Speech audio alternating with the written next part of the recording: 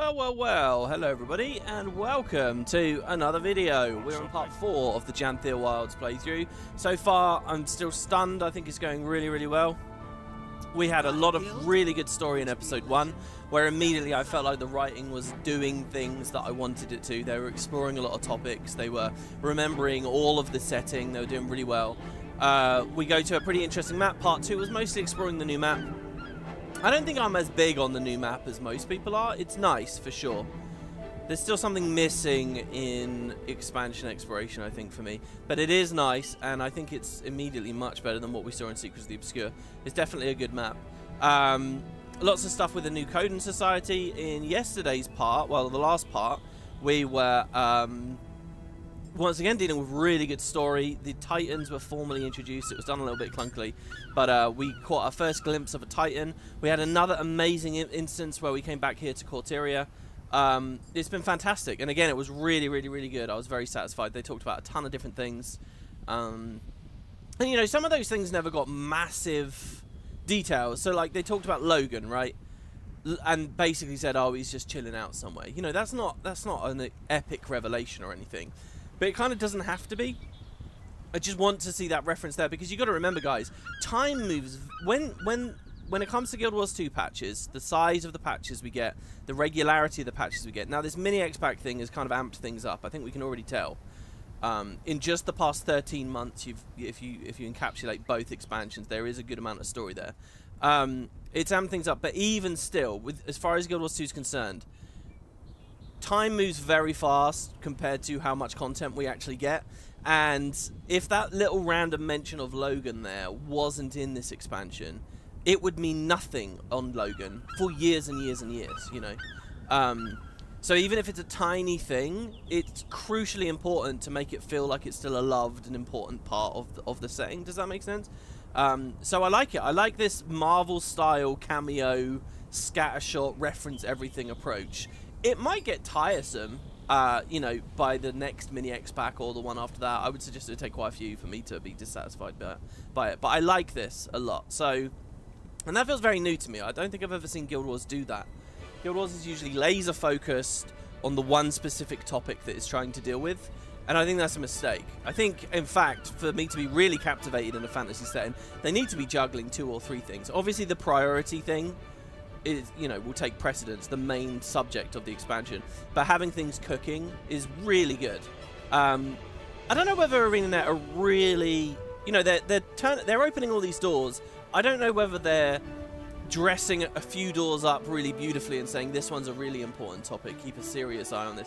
I don't know whether I feel like we've got multiple threads weaved together, which is something FF does very well. But we will see. So yeah, anyway, so I'm really enjoying it. Now, in the previous part as well, we unlocked our homestead. We did a little exploration of some of the homesteading systems. Now, I said to you guys that between the last 2 episodes, this episode and the last one, I was going to do 2 things. One, I was going to sort my build out to get a bit more fury, and I've done that, by the way. I took nature magic off. I wanted nature magic for prot, because when I was doing the whole Marauder Demolisher thing, you know, the main thing you want is prot. Prot is just epic amounts of stats, like ludicrous amounts. So I went with nature magic, but I think it was too big of a trade-off. If we go back to skirmishing, you know, we can take Vicious Quarry, which means all of our fury is now a shit ton of ferocity. We can get more power, we can get more sources of aggression, because I felt like the build was doing a little bit too low damage, so I think this will be way better. Also, I never mentioned this, but I'm Wilderness Survival. I'm actually, to me, this is a new trait, Carnivore. Carnivore is whenever you CC or disable someone, you steal health. It's basically like Mug, right? I think even it's the same sort of strength as Mug. I almost said the word potency there. But I can't even read an ICD on that. Is that really just a quarter of a second ICD? No, that's cool. That's especially cool for like maces. So yeah, this was a Carnivore build the whole time. Also, I love the theme, Carnivore. This was a Carnivore build. So anyway, we're much more aggressively tuned now, and hopefully that will give a bit more weight to the spear, because I kind of feel like we were lacking it. I've kept the utilities as they are. Also, I've changed my keybinds again. We're back to C. Mostly because of what's going on in the other game. Basically, I'm playing Black Mage, and there's a lot of buttons, and I've realized I don't like using shift modifiers. I really don't.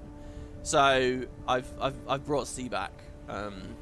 So yeah. Anyway, right. So that was one thing, the build. The other thing was the homesteading, and I said I will decorate. I will build some stuff up. Now, I haven't decorated my homestead. I haven't even been in my homestead since I have played the game, but I haven't been in my homestead. I've changed the plan slightly now. One of the reasons for that is because there is this system whereby getting the mats becomes cheaper if you unlock various things. And I'm thinking I'll just play through the expansion a bit more to get more of like these coins and new, like the obliges and so on, like some of the new mechanics, so that I can buy my way through some of those efficiency things before I start building my homestead. It feels a bit weird and unfortunate that I'm delaying my first decoration for that, but I'm a bit nervous that I don't really have that much money. And I want to do it well. So, I haven't been to my homestead, but do not fear, I have been to the guild hall. So, this episode, for those of you looking for story stuff, hang in there. We're going to do a bit of a decoration spotlight. You might be tempted to skip ahead. I really don't think you should, because you'll be missing out big time. This is some cool shit I'm about to show you guys. I have played with the decorations. I've probably played 2 to 3 hours messing with it, and I'm blown away. It is... So, okay, so I don't know anything about the homestead's choices or costs or caps and stuff. We'll deal with that. But as far as just the actual controls for the decoration system and what they've done with it, oh my god. So, you're speaking right now to a person who spent a shit ton of time decorating guild halls in the past.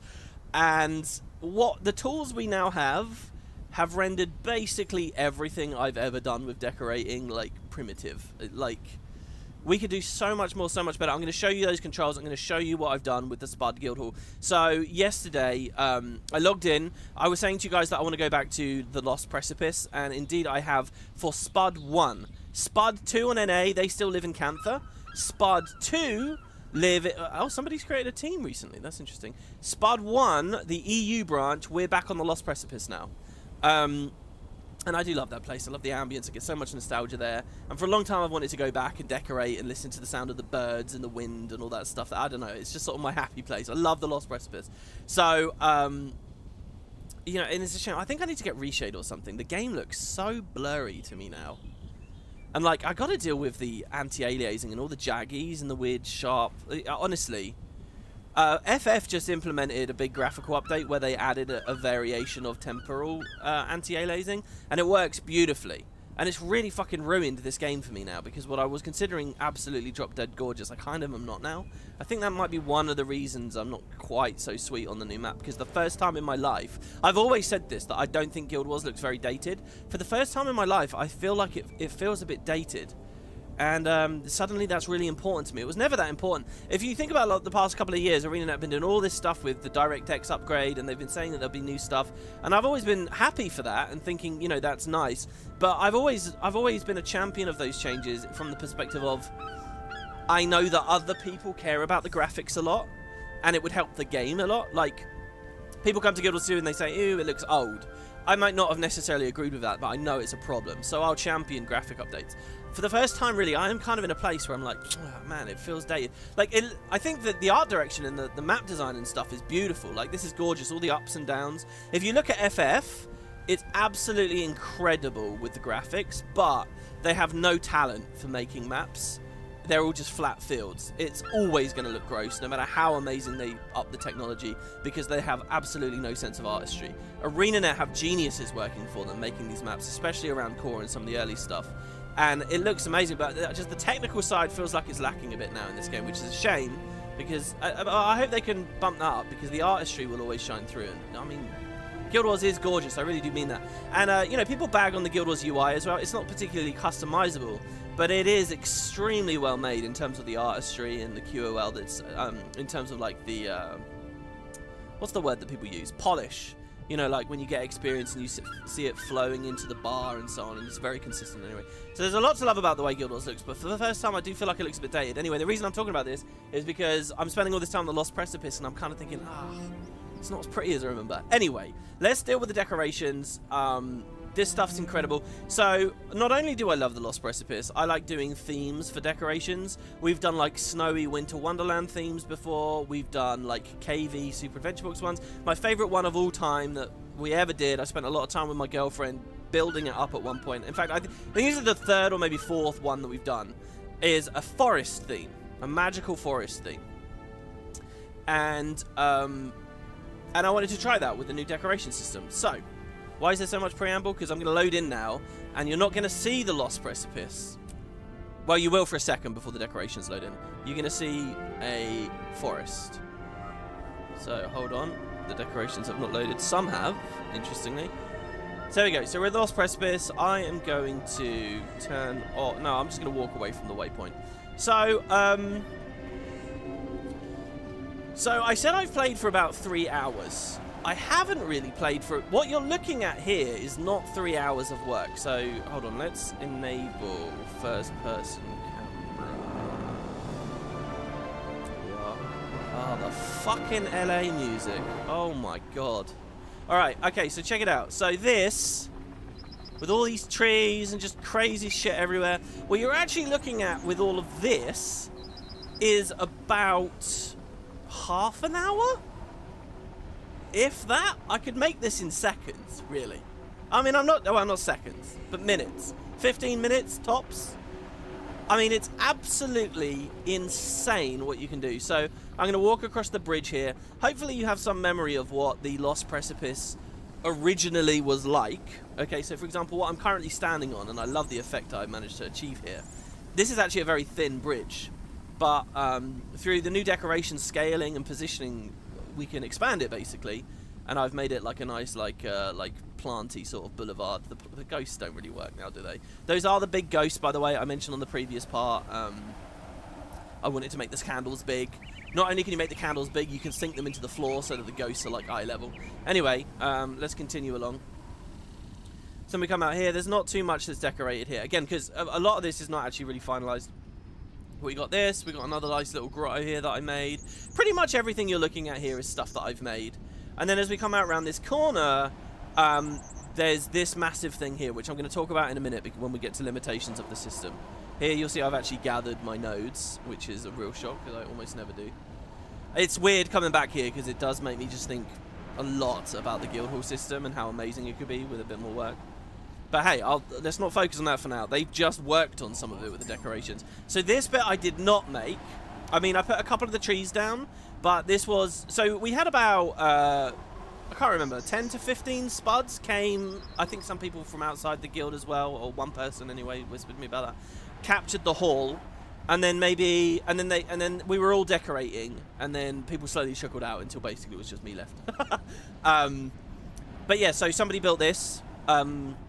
And then the further away we go, so somebody put like this monkey in this tree, and then I've dotted, you know, I dotted some of the mushrooms around. Basically, a bunch of the trees here I splattered around, and then I haven't really done anything over here. Anything people have done was not anything that is here was not me. So it looks like someone's done something up there. I don't know whether anything's happened in the arena, and in fact, I remember it. Can't you have a PvP across the entire hall now, not just in the arena? So, so this is the effect we have achieved. Obviously, it's basically not really done in a lot of the hall. But over here is like the central area. This is the main sort of, okay, can I make it look like a forest when you load in? That's what I was trying to do, really. I wanted it to not really feel like the Lost Precipice too much. I wanted it to feel like a forest. And by the way, it looks a lot better at night because, like, this lantern, this lamppost, emits a lot of light, and they can be scaled now, which is really beautiful. I tend to find in a lot of games light sources are like expensive, like in Fallout, for example. If you have lighting, it costs a lot for the budget. I guess that they're a bit more taxing on games lighting engines and stuff. I don't think Guild Wars has any such limitations, and now that you can scale stuff, like, there's a world of possibility. So yeah, and then we got this area here, and if we look up, we got all of these trees. So so I'm really impressed with this. Now, let's rewind. Before not Secrets of the Obscure, before Janthir Wilds came out, the only press coverage I saw of this was a video from PC Gamer, where some guy had gotten access to the game early, and he'd made a video about the homestead, and he did a bit of decorating in the homestead. And at the time, I didn't cover it, and I didn't cover it because it was PC Gamer's stuff, and I don't know, I feel okay taking ArenaNet trailers and sort of doing it because I'm an ArenaNet partner, but I don't know about that other stuff. But the other thing was I just wasn't that excited looking at the decoration, that showcase of the decorations. Now, I don't know if there were more blog posts and streams from the studio and stuff, but that was the thing I saw. And I got to be honest, guys, I wasn't very impressed. The main reason you didn't see a video was I wasn't that impressed. I looked at the UI, I looked at what I could vaguely see of the controls, and I thought it just looked a bit slapped in. I thought it looked like they just sort of, almost like dev tools, like there wasn't much polish on it, like it was an afterthought, like it was something they were rushing to do. I had misgivings about those feelings, and I thought, oh, I don't know about this, and I thought, oh, that's not an atmosphere I really want to make a video with. And I could not have been more wrong. Yeah, some of the UI looks a bit like you're in Blender, but fine, that's useful, okay? I couldn't have been more wrong. This is really easy to do. And just super fun. So this character's not going to have any of the waypoints, is she? No, of course she's not. Well, I guess we'll just fly over somewhere safe and flat, and I will show you guys a little bit of what I've learned and a little bit of what's going on, and then I'll take you over to that big flat platform in a second. So they haven't recategorized any of this stuff. So it's still a complete mess in the festival section and all that, but whatever. You hit and also there's no event up in the top right. In the homestead in the top right, you can just click a button to start decorating. They didn't do that in the guild halls, which is I think it's a bit of a shame as well. Maybe there's some kind of limitation on that. Surely they would have considered doing it. So anyway, so this is our decoration kit.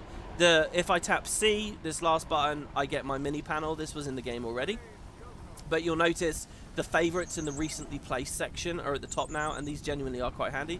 But then as we scroll down, you just see all the stuff that would otherwise be in the guild thing. So cool. So that's our palette, and we just basically keep that on screen somewhere. It would be nice if they could cut a lot of the stuff off, like a minimal mode when I'm clicked out of it or something.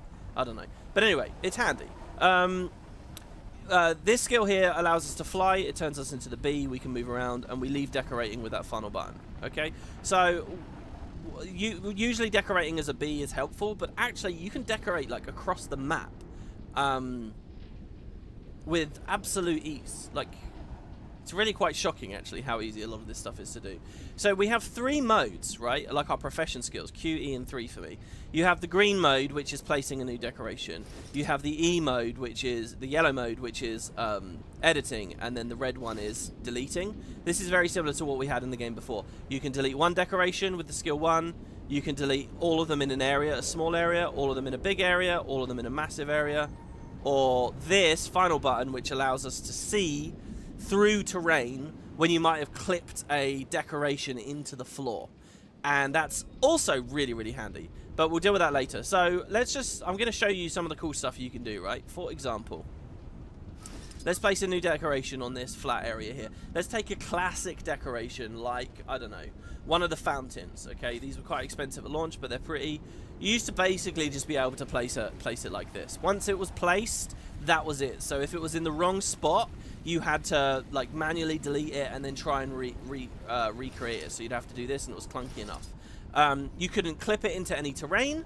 It would only conform to the map's geography. If you wanted to do clipping, you had to do really weird tricks. So for example, plants, so if I type potted, you know, when Heart of Thorns came out, they had all of these, and people thought, okay, that's cool, but it's in a pot. I don't want it in a pot. See, there was a bit of an issue when Heart of Thorns came out where it seems ArenaNet's idea for the decoration system was literally to decorate, like put paintings up, put furnishings is what they thought. A lot of what they did was furnishing. There were very few actual plants and things to like affect what felt like the terrain itself. So stuff like this was limited, but there were tricks to place this but clip it into the ground so that the pot isn't showing, but it was a pain in the arse. And so if you actually got into the decorating scene in years past, the best hauls were always the one where you had these like super nerds with way too much time on their hand. Like, I never even went this far, okay, to like clip all their shit into the ground so you couldn't see the pots, right? But depending on where you are and how easy it is to clip and what tricks there were, it was, you know, it could be a nightmare. Anyway, none of that really matters anymore. They give you full control. So here's my plant, but already you can see on my skill bar down there, I have a bunch of new skills. So if I hit 2, it allows me to manipulate this thing's position any way I like. I can do it across this plane by doing the square that's aligned with the floor. I can do it on this plane, you know, if it was on the wall, for example, or I can just use the arrows. So I can place it on the floor with the arrow, or I can place it right in the floor. And that's it. I've clipped it into the ground, and now it doesn't look like a potted plant. It looks like a regular plant. So suddenly, a lot of the old decorations, even just through the clipping, are really interesting and can do different things. So let's return to our fountain here. You know, you get like a classic fountain. You can clip it into the ground. Well, this one doesn't look too good. But, you know, there's different fountains. You can push them down, and then you can basically have, like, more of a pool of water or whatever. I can't remember which fountain I was doing that with before. The skill 3 is rotation, so this is the thing I said looked a bit like Blender. Really nice touch. If you double tap it, you get the actual sphere in the middle. Rotation, again, has just completely changed the game for the kind of things that you can do with these. So, let's take a super platform. Woo, that's not it. Platform? Here we go. So for years, the best and easiest way to like build new areas was to take super platforms and really clunkily and in a difficult way, you'd clip it like this, right? And that was as good as you could do. And then you'd do another one, and you'd rotate it right, and then you come into the middle, and you just snipe out the one in the middle, and you'd have, and hopefully these two would be lined up, right? Well, first of all, that's a thing of the past, obviously. And you'll notice how fluently I'm doing this with the buttons, by the way. When I looked at that PC game video, I thought it looks a bit devy. It looks like it's going to be tedious and a pain. Nothing is tedious about these controls. I got used to them very quickly. So here, for example, I can just place it like this. Okay, I've placed there when I didn't have to, so we'll edit. Okay, and then just with the arrows, I can just pull it away. I can just put it exactly where I want it. And, you know, obviously I've been a little bit slow there. Let's do another one here. So, for example, we would normally have it like this, right? And instead, all I'm going to do is just pull it to the side, lower it a little bit. We can rotate it a little bit here. And, you know, with very minimal faffing around, that's worked out now. And the other thing about the old placement thing is there are caps on the decorations. You can only have so many decorations in a small area. You can only have so many decorations in the guild hall total. And so when you have to place 3 to place 2, that could also be annoying. Well, none of that's a problem anymore. But that's not why I'm really showing you these Super Adventure Box platforms. It's because with rotation in the game, this is a big, bright, green, ugly surface. You might want it to look a bit like grass or whatever. You might not want a big, bright, green, ugly surface. When we were doing the cave theme, what I really wanted was it to look like rock. And what was always annoying was it does look like rock, but you couldn't do anything. Well, now we can. We just edit it, rotate, take the green one. Oh, not able to click that there. And you can flip things however you like. And then let's lift it up a little bit. And so now we can walk on this. And what you'll realize is the underside of a lot of these decorations is often very interesting. Like we've got this heli thing. We can flip this the other way. We can lift it up.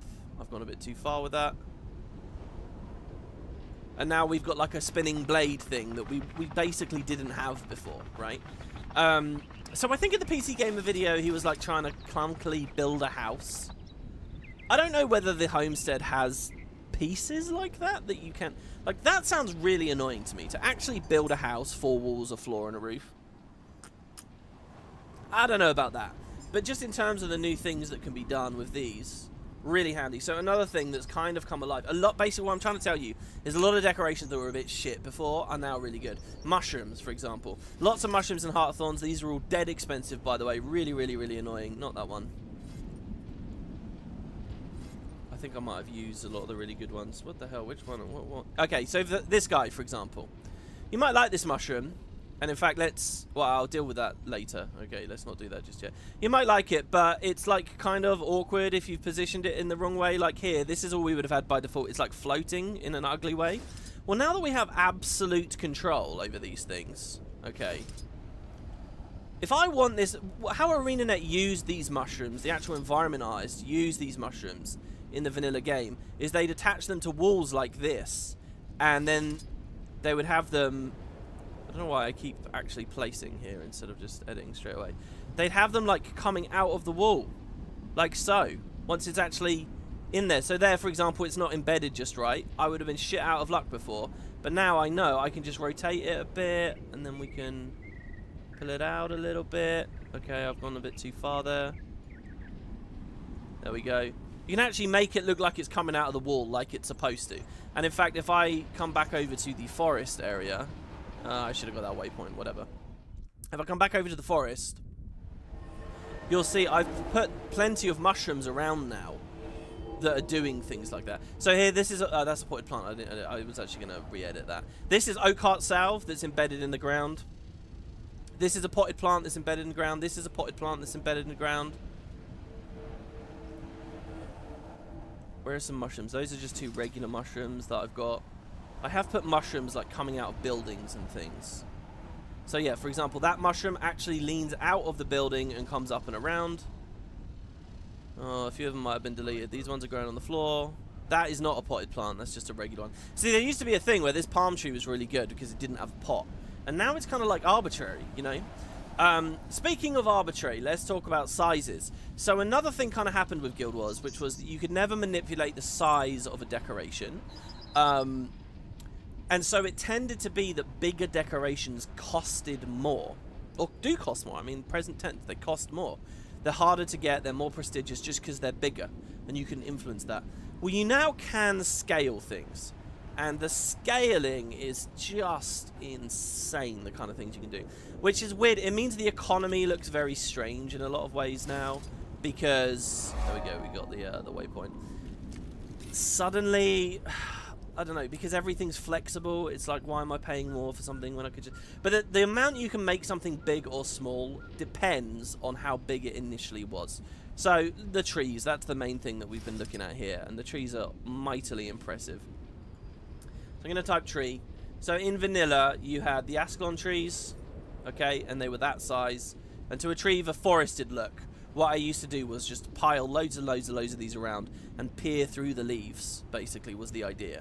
But it would take a shit ton of these, like loads and loads and loads. Well, now that I can scale... Sorry, I'm hitting the wrong button. Speaking while playing is hard, apparently. Now that I can scale, that's the skill 4, we can scale it however we like. I'm just going to take the yellow box here.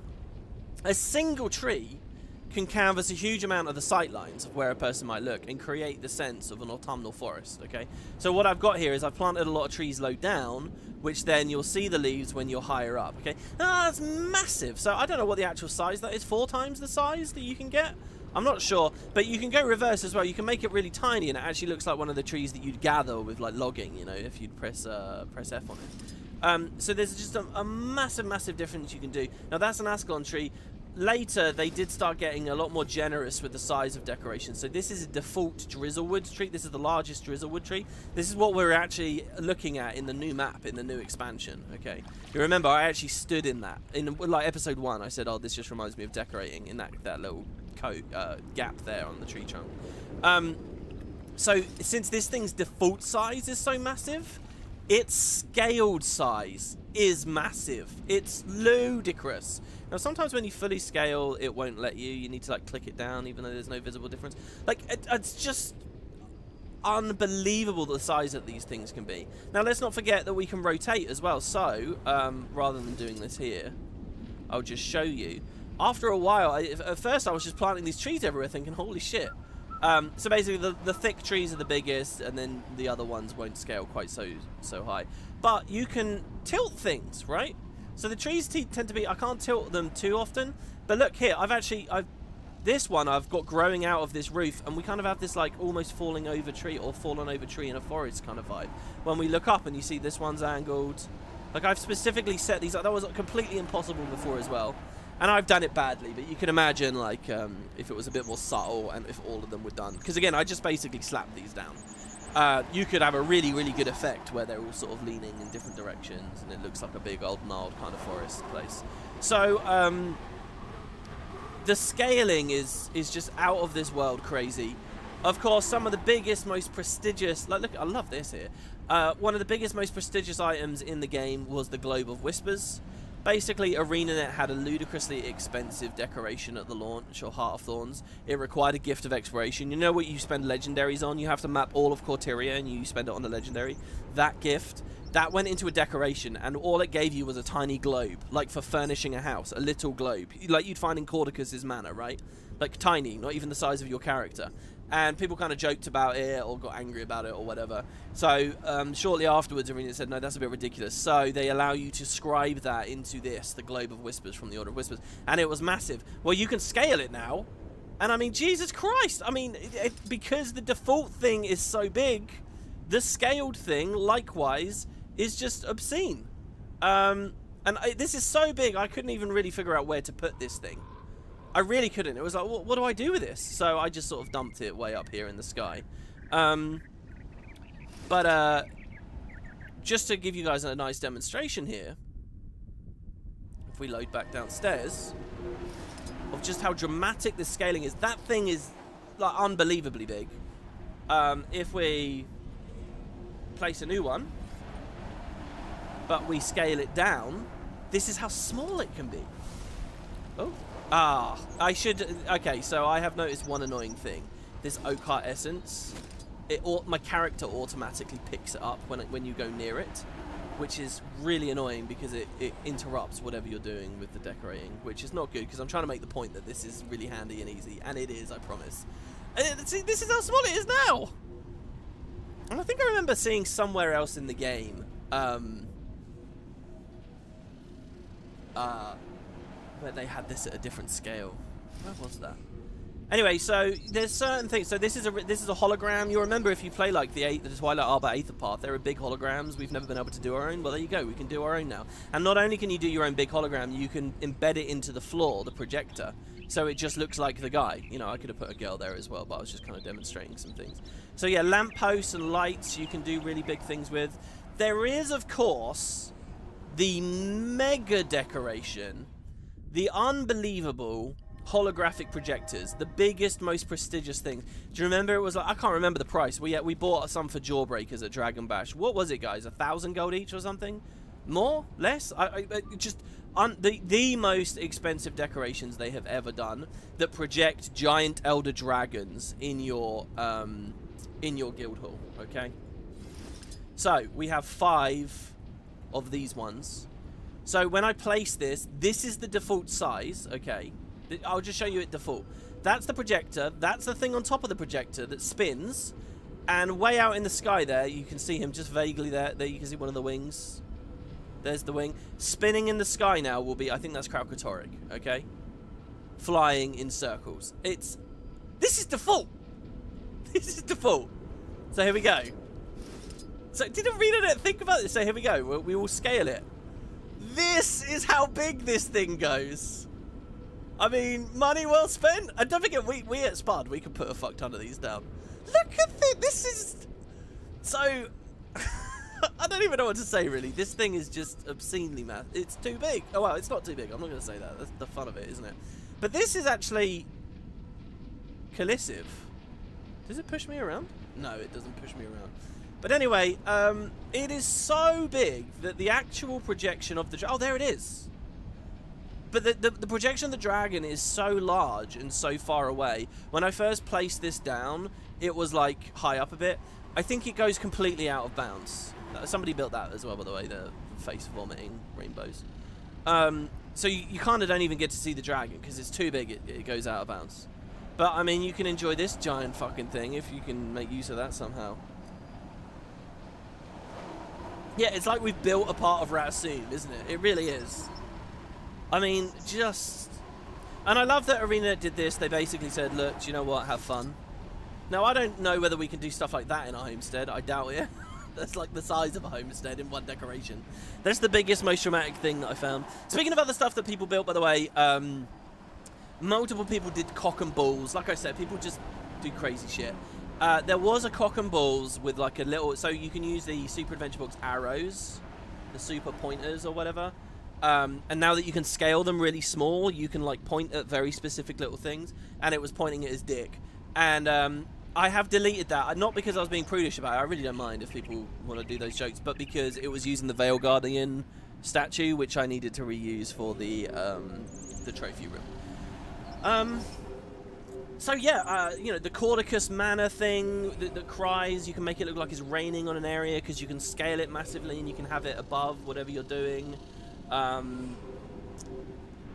What else is there? I mean, just anything you can imagine. It's like, well, let's see what is it. How can this be used now that we can have it upside down? You know, is there something weird we can do?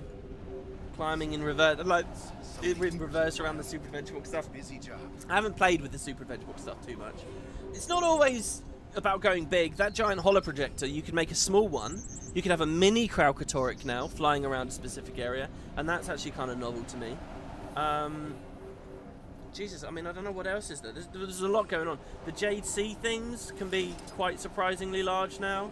So if you wanted to do, I remember wanting to do a Jade Sea. By the way, you still can't place near waypoints. So a lot of these, when I scale them here, it won't let me because placement is not allowed in the area. In fact, there's a lot of weird mechanics where, like, these trees, I'm trying to lean over the top, but it won't let me. You know, I have to go really high to lean a tree over the spawn area. And there was a bit in the trophy room that I couldn't really build because there's waypoints here. They don't want you building near those, so that can be a bit frustrating, but I understand it. Anyway, yeah, early days, they did, you know, these were some of the earliest decorations that got added, the ones from Fractals, and I remember thinking, oh, wouldn't it be cool to do a whole Jade Sea? But, you know, you couldn't really make things big enough. Now you can. I was wondering if, like, some of the decorations have, like, animals in them, in the Jade. But I don't think they do. Nonetheless, you could do like maybe a cool maze in the ice or whatever. There's the hedges as well from the very start. These, again, expensive, tedious to build. And look how small that hedge is by default. Look at that. What am I supposed to do with this, you know? I'm supposed to make an intricate little garden or whatever. Again, the oak heart salve thing here. And I can't un-oak heart salve unless I stop being a bee. You know, like, their ideas for the system... Like, this is cool, okay? Look, I love Divinity's Reach more than most maps in this game because of the small, intimate little environments, the little houses you can go and you can see all the stuff on the walls. It works, except for the fact that decoration cap exists. The local cap. You can only have so many decorations in a certain area. So you've never been basically, they built a whole suite of decorations at launch of Heart of Thorns, expecting you to make cool little house areas. You know, maybe, like, for example, the Lost Precipice is full of little rooms like this. It's like, okay, I'm going to come in this room and I'm going to decorate it. And I think somebody did here, like with this motto thing, right? But you can only do so much. This person's probably capped here. 4 tables, a chair, 2 candles, a plant, and a thing. They probably can't put anything else in. So because of this very restrictive limitation on just how many assets you're allowed to put in an area, you're fucked. It ruined the system, really. Then the economy was bad on top. And the fact that other people can come and delete your stuff, and the fact that you don't really feel any ownership to it because it's a big communal space, and the global cap. All these things killed what could have been a really good system. But here at Secrets of the Obscure, half that shit doesn't matter anymore because of homesteads. Now, I don't know what the local cap is like in homesteads, and that's something I'm very, very excited to see. Because if they haven't relaxed it in some way, you're still not going to see any cool decorating going on. Anyway, back to the hedges. Now that we can scale stuff, you know, if you want to make a hedge maze, which is what I'm sure everyone thought when they saw this shit, then you can. And yeah, by the way, the new system allows you to do this. You can pick your scale and your rotation, and then you can just browse decorations just by clicking. It took me ages to realize that this was actually a thing. I'll try not to go too... Oh, there you go, it's pretty big. You can just click through them and just see what everything is, you know. Which also is very, very handy. So there, I'm in a block of ice here. So yeah, any other clever things that I was thinking about? I mean, I thought about a bunch. Again, like the balloons are cool, right? Because we can have really little balloons now and really big balloons. I like the balloon theme, if you will, from when HOT came out and just filling the hall with balloons. I think that's really, really awesome. And you could create such a good effect of that now, right? Like, because you could have these massive balloons off in the... Sort of how I'm trying to use these leaves for the magical forest. And by the way, I don't think this looks that good, the magical forest here right now. I actually think the old magical forest we made looked way better. But it took about 1,000 more decorations, and it took days and days. Hours and hours and hours. This was about half an hour. Just this stuff here. Just pop it around, pop, pop, pop, pop, half an hour to an hour, because there were a few refinements or whatever, and there you have it. So you know, this is not min-max. This is because there were a lot of nice little details in the old magical forest, like using the lanterns and stuff. But just being able to scale is huge. What was I going to say there? Okay, so yeah, the other thing that's really exciting about this in theory is now that you can scale, I've been very curious about what that means for decoration caps. So, if I wanted to paint all of that so you can't see a desert-y distance, you just see plants back there, it would take me about 100 trees before. Now it's taken me like 3 trees. So in theory, I can do dense... I still have a fuck ton of decoration capacity here, right? In theory is what I was thinking. Now that you can scale... It's a lot easier to make things look good from an economical perspective. You don't need so many decorations, but you can pack more stuff in because I'm only using one decoration. It just happens to be really big. It seems to me though that ArenaNet have a thing in there which means scale matters. So let's finish all this up now by going to the trophy room. And yeah, I like this as well, right? I had a different version of this bridge before, but I have the arbor, this giant. This is a really, really big scaled up one. And then all of these are usually very small, these planters. And I just went one type of plant on the left, the other type on the right. That's embedded in. Oh yeah, did I talk about embedding stuff? Yeah, I did. Like, just being able to sink shit into the ground or into the walls is so good. Like, we used to have plants all embedded into this behind the gatherers. Because again, most people load in here and they run down to gather. So if you're going to do a theme, you want the theme in that big area, right? So people get to enjoy it. And that's also why I put the trophy room right here, because this is something people will see when they do their gathering. Not that the shimmering or tenebrous weapons mean anything anymore, or barely anyone's going to have this in their routines. And there's so much more I wish could be done with the guild hall system now, so they encourage people to come back to these halls. ArenaNet next mini-X back, guild focus, new hall and guild focus next mini-X back. Okay, anyway. So, decoration caps. My idea was simple. Create a platform, have all of the guilds' statues on that platform, and we can work on getting gold for everything. I've always liked that idea. I want to do that with my homestead now, as I mentioned in the previous part. And so the racing platforms are all also very big by default. All of these, they're all very big by default.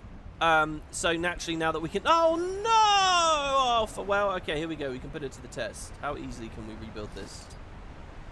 It's going to be clipped a little bit weird, but it won't be that bad. So this, for example, this straightaway is the default size, okay? But because you can make them massive now, you can do a lot of really fancy stuff. So what I'm going to do is... Oh, God, but what if we hit deco cap? I don't think we will. So we'll lift it up. We'll rotate it. Actually, this is good. This is a good demonstration. What I need to do here is quite fiddly to align everything to exactly where I want. And let's see how tricky this is for me. Okay, I had it up a bit, I think. I had it flush with the floor.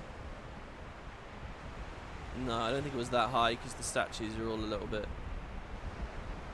Actually, you can see what a shit job I've done in terms of... just line them up. So, it needs to rotate slightly to the right. Wow, I thought even that would be a mess, and it totally wasn't, was it? Look at that. So yeah, that's actually a really good demonstration. Look at that. That's some fiddly shit I just did there, and we just rebuilt it. You could never do anything remotely like that in the system before. Never. Okay, let's not. How about we don't idle on the delete? Okay, so yeah, the racetrack. I put a big racetrack down to create an extension, and I thought, brilliant. This is one decoration. It's covered all of this, so I won't hit decoration cap because the statues, all these statues are scaled big, by the way, and they usually have big plinths, these plinths here, but I've embedded them all into the floor to hide them. Maybe you could do a version where they're standing up, obviously. But so I've embedded them down. I left a little bit of, you know, the granite, the black granite here. Pretty sure it's granite, not marble. And so the idea is you can walk along. And okay, so if there's a lot of decorations here, like there were a lot of decorations of vine walls on that, the further out we go, well, we'll get out of the local cap, surely, was my thinking. So I place, you know, so here we go. So this is the Shatterer. We don't have gold Shatterer, believe it or not. Now, we do have a lot of the tokens. I just haven't done scribing for like 2 years. So with, you know, if I take some of guild funds, I can probably build these up. But so we only have silver Shatterer, then there's Tequatl. Then there's Triple Trouble. This one's a hard one to get maxed out. Tech is probably the easiest of the world boss, to be honest. Veil Guardian, Gorseval, Sabbather, Slothazor. I've done this in order because I could have placed these anywhere. I actually had to go to the wiki to figure out exactly what was going on because there is no... Right here, you'd expect a Bandit Trio, but they never did a Bandit Trio one. Then there's Matthias, or they call it the Abomination, actually, so he was annoying to find. Then there's the Assault on the Strongholds, the Keep Construct, Zera, she's especially cool, quite shiny. Ken, we're in Sebastian the Penitent now. This is the Massar Overseer. Samarog, he looks really fancy. Gorseval. And then we're into the Hall of Chains. We have Silver Desmina here, Silver Spirit Run, Bronze Doom, and we don't even have a single, so this is, oh my god, what's it called?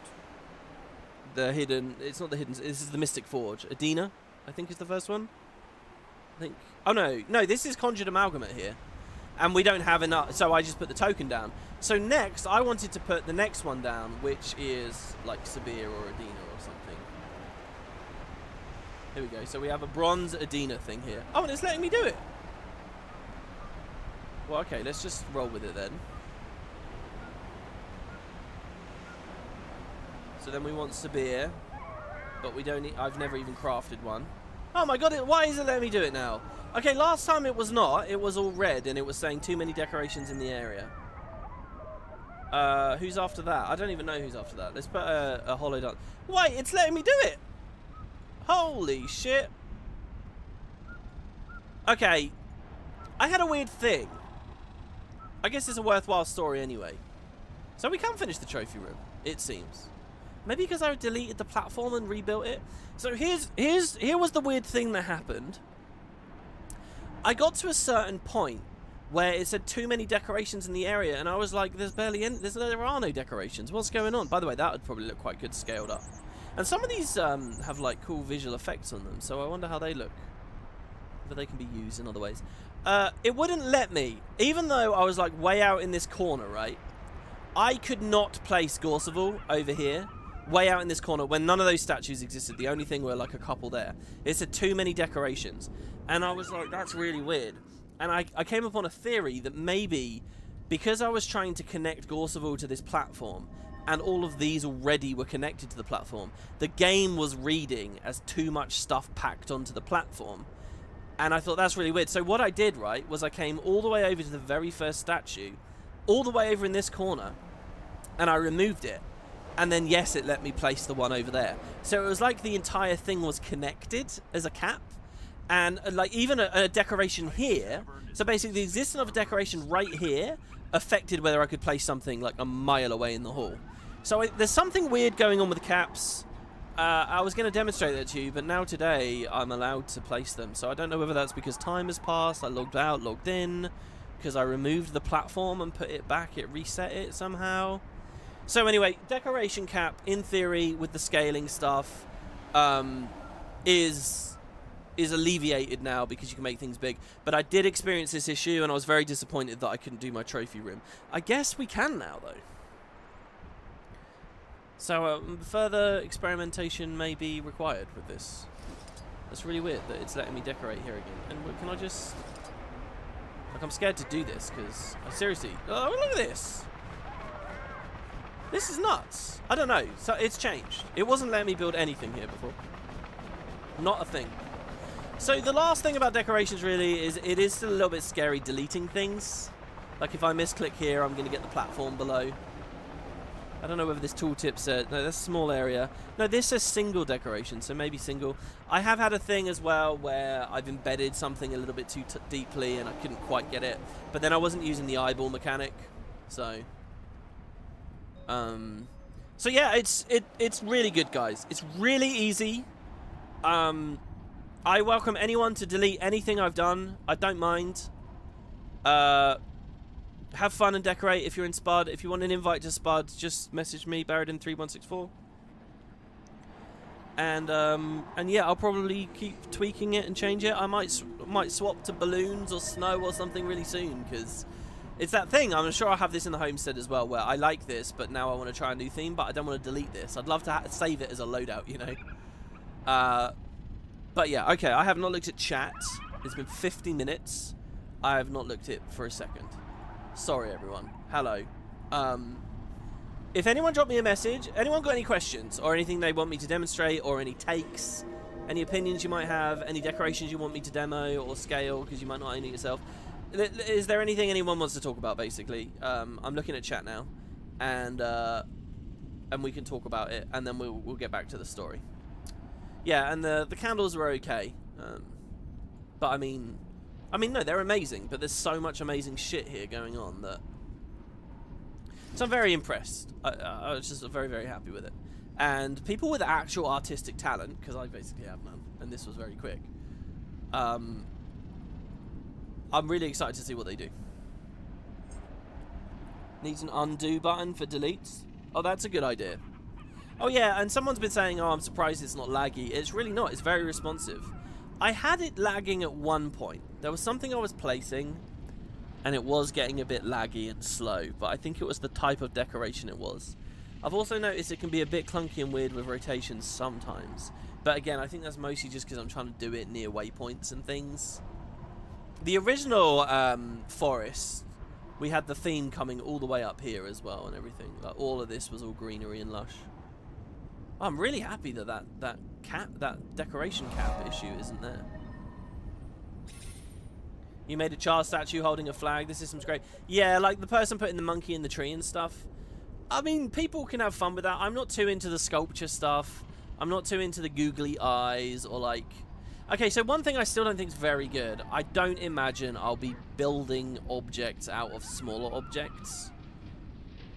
I don't know. Something about it just doesn't capture me, and it feels like it's going to be a lot of aggro for something that still looks a little bit janky in the end, and also is really prohibitive on the deco gap. But that's just me, and if people have a lot of fun doing that stuff, then that's awesome, and you know, I'm not going to stand in the way of that. Homesteads will be very interesting. What I would like from homesteads is fucking no cap at all. If someone wants to make their homestead really dense with assets such that it drags their frame rate down, I'd rather they give you a pop-up when you hit a certain threshold saying, look, you're going beyond what we want here and performance will be impacted. Do you consent? They click yes, don't show me this message again, and there you go. And then they just do what they want. I think that is enough. That is enough to maintain a professional standard for the product and also give the users the freedom that they desire. And because, of course, everyone has different rig capabilities, right? You know, what is intolerable for one person might be quite tolerable to another. Both in terms of how we perceive the frame. Some people are really happy at like 20 FPS, some people are not. And also just what our system can pull. So, no cap, what a zoomer. WP, scale various items like trophies down, and now you've got cool figurines and D&D pieces. Again, that sounds cool in principle. I'm a bit leery about going small, just because I've had so many headaches in the past with local cap. I'm not really inspired with the Guildhall PvP thing yet. We used to do like mazes and tournaments and stuff. I don't know whether you could really pull something off that. Item cap should be an upgrade you can buy. I don't know whether I agree with that. The trick with the Guildhall is it's a communal place, right?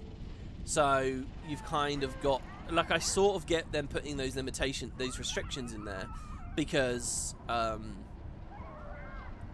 everyone has a say, but you do have a say over what guild you're in. If you join a guild and they've got a really laggy hall and it's getting to you, leave the guild or join another. You can be in 5 guilds. I've never thought it was a big deal, to be honest, even for guild halls. People have plenty of their own agency and ability to curate their experience. If a guild wants to make a really dense, amazing looking thing, just let them, you know. That's what I think. You know, if someone wants to troll around the opening waypoint, I guess when Heart of Thorns was coming out, ArenaNet didn't know how successful their systems would be, how often people would be in these places, you know, and therefore then performance issues could be a bigger detriment than they are. But this is a fringe area of Guild Wars right now. I would love it if it wasn't. And I'll tell you what, I'm a big believer. I'll tell you what, in 12 months, if there's another mini X pack that has like a focus on world versus world shit, and there's a huge war room update, right? Where they look at the war room and they say, okay, we're going to do this, this, and this, and people start caring about the war room more.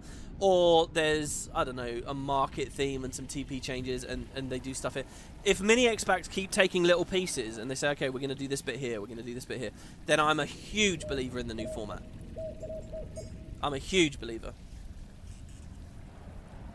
And I think that's a very exciting future for Guild Wars. If there's just this thing where the mini X-Packs bring new features but give them a chance to work on old, just as decorations have had here, that's very, very exciting. And they're kind of doing that with the mounts, right? Like the Warclaw getting its updates, the Skyscale getting its updates. There doesn't have to be a mount every X-Pack, but it could be, you know, something. Oh, 6 guilds now. There you go. Forgot about that. They added one with the Alliance Battles thing, didn't they? Let's see, have I missed anything? Has anyone got any requests? Stuff they want to see? The floating head gets you every time. Yeah, I love the floating head. But I love it for simulating rain. They show the hollow dragon on the smallest scale. Yeah, I can do that.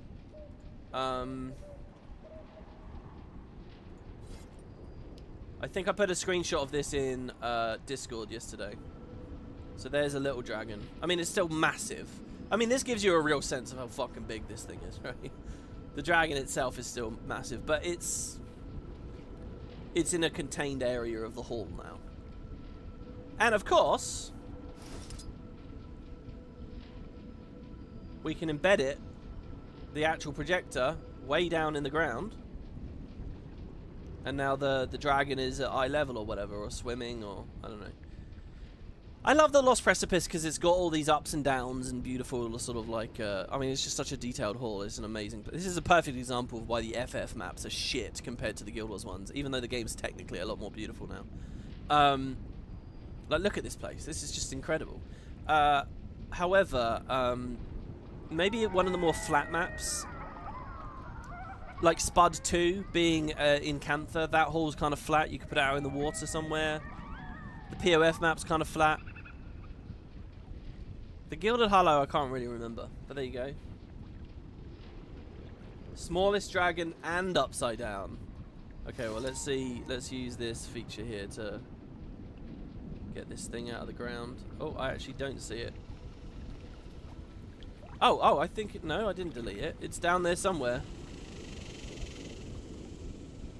Oh, there it is. That was a bit weird. Okay, so we delete that. So what you want is the hollow dragon. Oh, recently placed there, you see? Very handy. And I mean, it's so easy, right? You just shrink it.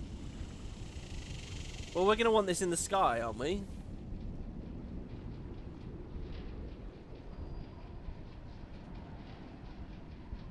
Could have it like above the airship or something. Yeah, and you could have like a horizontal one or something. I don't know. Just keep on flying up. Obviously, I could have just got up here and placed it there. That's probably good enough. It's probably got space now. So there you go. Looks very weird. I mean, this upside down thing though, you could do. You know, people like building jumping puzzles. You could do it, and there's always like, what do you put at the end of the jumping puzzle? Like, what's cool? What's novel? People put like a little shrine or something. They try to do something pretty. Do like an upside down area. You know, just do an entirely upside down room. Chairs on the ceiling. You know, shit like that. I don't know. But there you go. There's your upside down dragon. The King Toad. What does you want to see about the King Toad? Oh, just people put that down as their the thing at the end of the puzzles usually. Yeah, and the King Toad's pretty goddamn big. There you have him.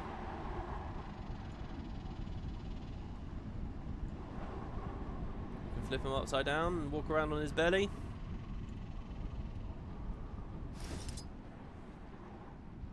Have I been in the new Dawn Trail zones though? No, I haven't. Yeah, maybe they did well with Dawn Trail. I seriously fucking doubt it. I mean, I've played 90% of the game, but... Okay, I haven't played the Endwalker ones either. But considering one of the Endwalker ones is on the moon, I'm pretty sure it's going to be more flat places. But yes, I'm a bit out of date. And in fact, guys, when I finish this series on Janthir, we're going straight over to that game, and we'll see what we feel about that. And I'll be starting at the beginning, so anyone can watch that. Anyway, more details on that later. Put the projector inside the mountain. Oh, well, we kind of just did that, putting it in the floor, right?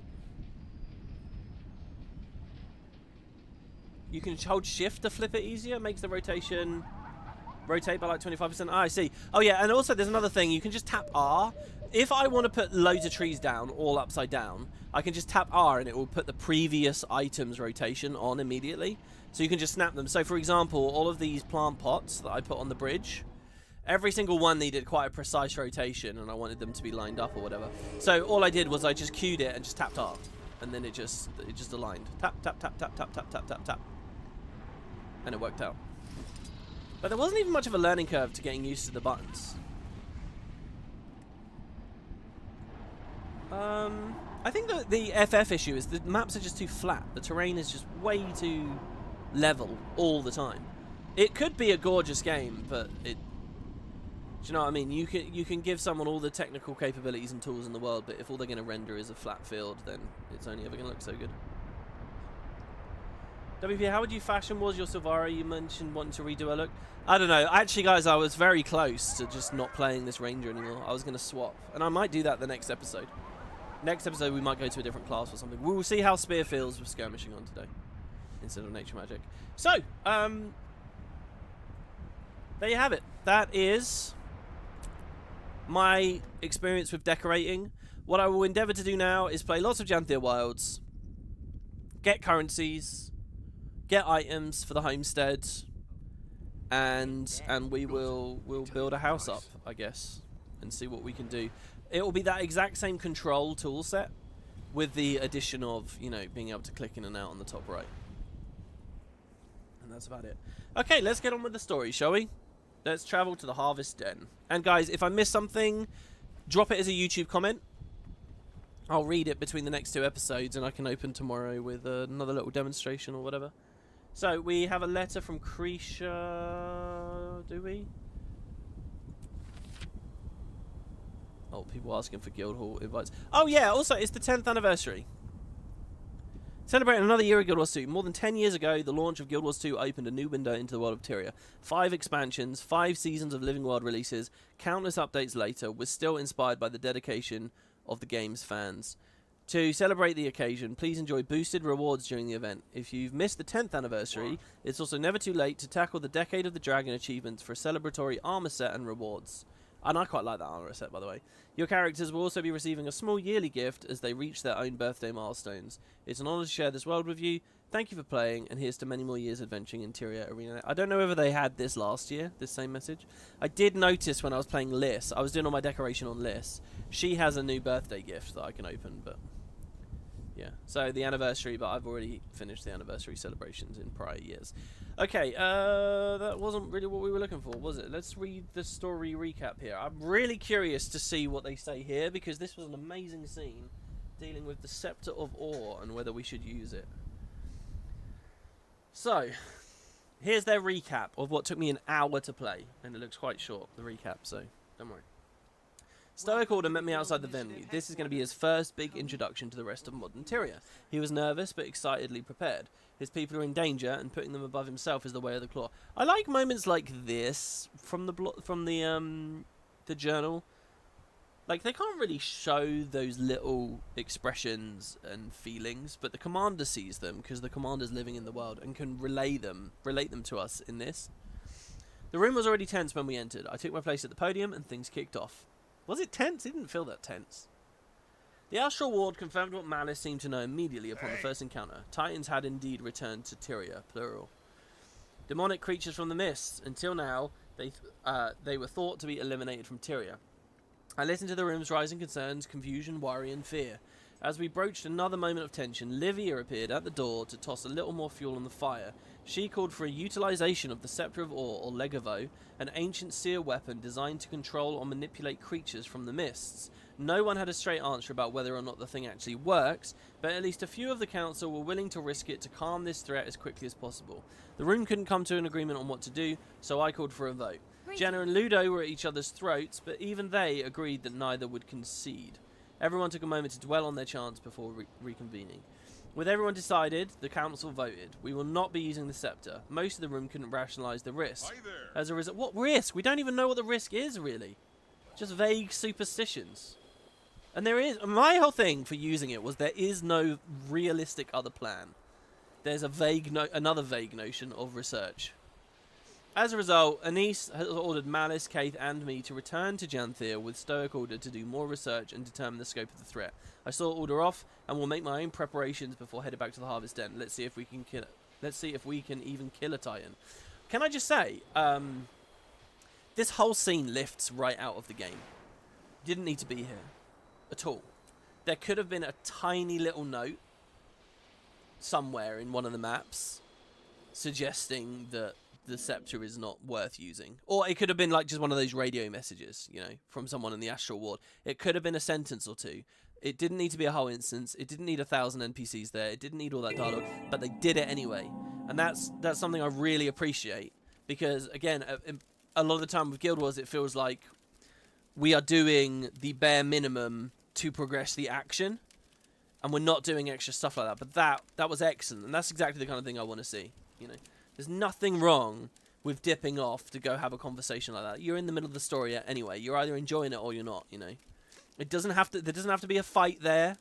It doesn't have to be anything more than standing around listening to people yapping. It's fine, right? If you're in the story for a first playthrough. The idea of replayability and skipping and stuff is obviously a whole other topic, but, you know, that was plenty fun for me. You're back. We need to reach the northern shore. Yesterday. No time to pack. You're distraught. What's the matter? Fading Aurora. She left the village. We have to go after her. She won't survive a day on the Isles by herself. She went to the Isles. Why? I don't know. She didn't say exactly. When Pa returned, he told the council about your meeting. The Titans. Did he go with her? No. He's with the council now. She left on her own. I'll bet you my best skipping stone that she went after this stranger. I'm going after her too. I hate the way they're calling it the stranger. We should tell your father. See if we can rally a few spears. I'm not asking for his permission, and I don't need you to lead the way. I'm heading to the North Shore. I'll take a boat into the Isles and see if I can catch up to her. You're not obligated to join me, but I won't turn you away. Well, I certainly can't let you go alone.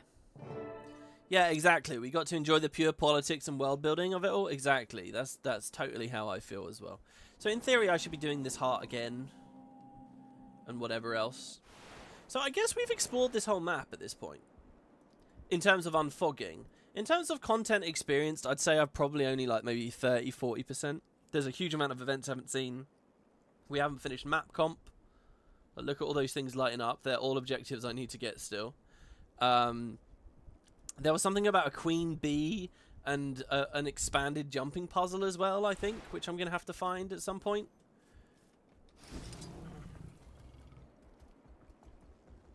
But I'm okay with all of that.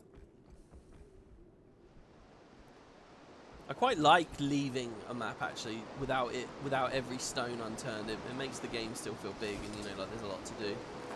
Village noticed. There have been recent reports of food and trinkets going missing throughout the Harvest Den. Be on watch for a small feline reportedly wearing a hat of some sort, the fashion of which is unfamiliar and not of the Lowlands. Multiple bearkin have noticed seeing this cat around the time of these theft incidents, believing us to believe that they may be related. Is this going to be one of the show cats? Oh, didn't I find the cat? We're doing okay for books, but there's still a lot left. Guys, can I just say as well, we're going to get to a point in this series where I get quite close to the end of the story, and there's going to be a shit ton of lore books around. If anyone wants to help, like, I don't know, provide a resource for the easiest way for me to get them all, or just to read them all, because we had a bit of a problem in Secrets of the Obscure, in which I didn't really, I think I missed out. I don't want to miss out too much, but also I don't want to spend a lot of time there. You see that hill there? That was Carnival. I want to experience that story without it feeling tedious to go and gather it all, or slow, or frustrating for you guys to watch particularly. So I don't know. If people have thoughts, maybe it's just as simple as me doing a bit of prep and getting a wiki page open on another monitor. And we can go through and read them. Yeah, it probably is that. What am I even talking about? Build feels alright so far. Oh, I already blew all my CC. Well, not the spear CC. Had enough?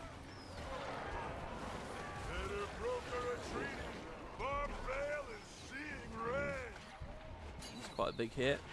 We get the barrier, we get the quick stun break. I feel like I want a more passive elite, because at no point do I really want to press that fucking thing.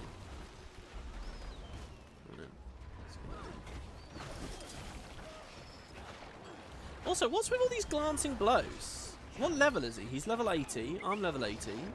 I don't have weakness. I'm sure I was getting glancing blows without having weakness there. Maybe I did and I just didn't spot it. Yeah, look at these mace hits. They're really chunky. 10k there, 11k. Like rapid.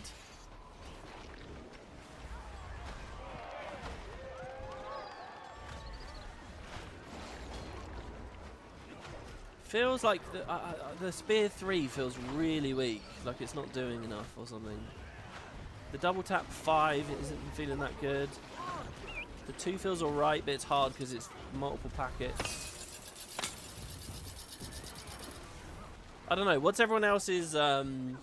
Yeah, I'd love to read that in chat actually as well. What's everybody's sort of take on the various weapons at this point? Surely you guys have sampled a few. How are your feelings about your main? That one's 20k. The 5 and 4. There is weakness, I just saw it on me there.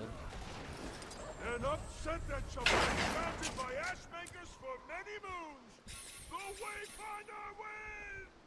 Barbed Veil has Aureen's VA, so it's essentially Aureen choke slamming you to the ground. WP Swearing throws me through a loop. What do you mean? I'm pretty sure I've always sworn. Right?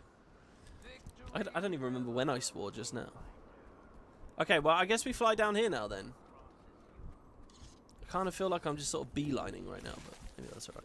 We did just have a long decoration section.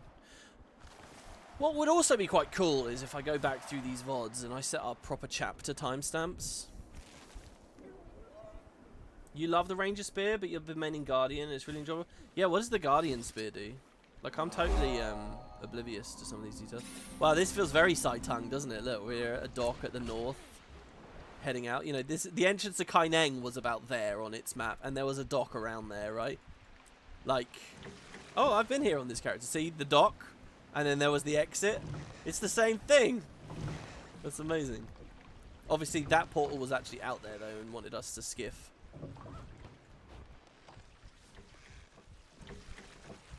So there's a mini thunder shrimp. Oh, okay. So this is just a fishmonger. I can buy 5 ambergris per day, can I? Oh, but specifically with my ascended. I actually appear to have quite a lot of ambergris, 83, which is good. Is the price going to keep going up? No. Because I might just straight up sell that. That was probably in expectation of making another Aureen legendary at some point, but it might be better. The catch of the day is a Violet Screamer. It might be better to just spend that money. If ambergris is still even worth anything, shall we see? Oh yeah, it is. Oh, in fact, hold on. If ambergris is 2 gold a pop now, is the POF fishing dead at Amnoon? I thought it was. I thought they got rid of it. Essentially, the economy had shifted such that it wasn't worth anymore. Do people still do fishing at Amnoon? Because I would do that for money. I'm not joking. That is what I would do for money. For my homestead. I would fish for my homestead. Oh yeah, I remember. The staff loot stick was on Guardian. I did try it in the beta. I did try it. It's just a few weeks ago, obviously, now. I'm forgetting details. Okay, would I like to continue my story? Strangers Among Lands. Kind of, but I kind of want to do this event over here as well. So real quick, let's go do that. I'm going to skimmer at this point. Use the Astral Ward's elixir. Praise the alchemy, that's just who we need. Can you assist us? Sure. That is the Wayfinder you were talking about? Sure. Use the Astral Ward's elixir to purify polluted creatures and cleanse pools of pollution. Okay. Purify rot elixir. Use the elixir to help expel rot titan pollution. Okay. Yeah, if you guys want to party up for the open world, that's amazing for me. I would love to do lots of that with you. So what, are they invulnerable or? Oh, okay. You beat them up, then you throw the elixir. An impressive fighter, Wayfinder. Yeah, I hit those hermit crabs real good, didn't I? Oh, it's breaking their break bars. Oh, I see. Okay. So we hit the thing.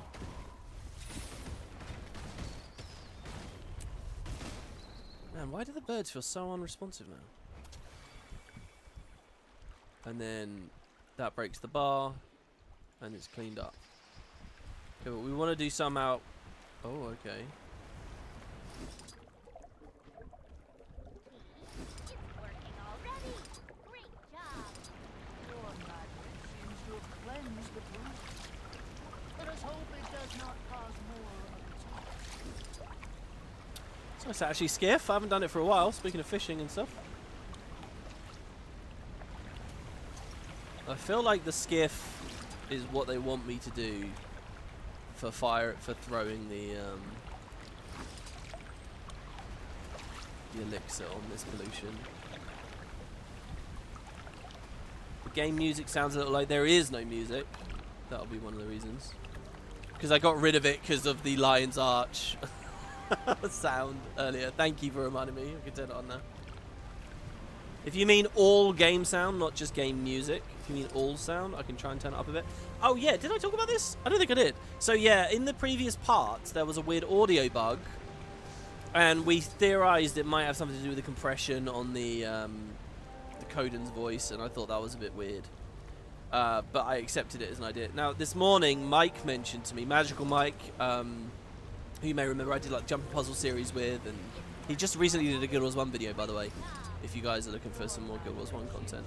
Anyway, he messaged me and said, look, it's happened on each episode around the 3-hour mark. So I Googled, and yeah, apparently there is like a serious error in Windows/OBS that they cannot fix if you use a certain method of audio capture, I think. So anyway, I've changed the audio a bit today in the hopes of fixing it. So you guys will have to let me know, one, if the audio balance is fucked. Two, oh, there you go, that's me swearing. Two, you'll have to let me know, Jesus. I want to keep the binds somewhat close to where they were before. It was that, wasn't it, that I was using?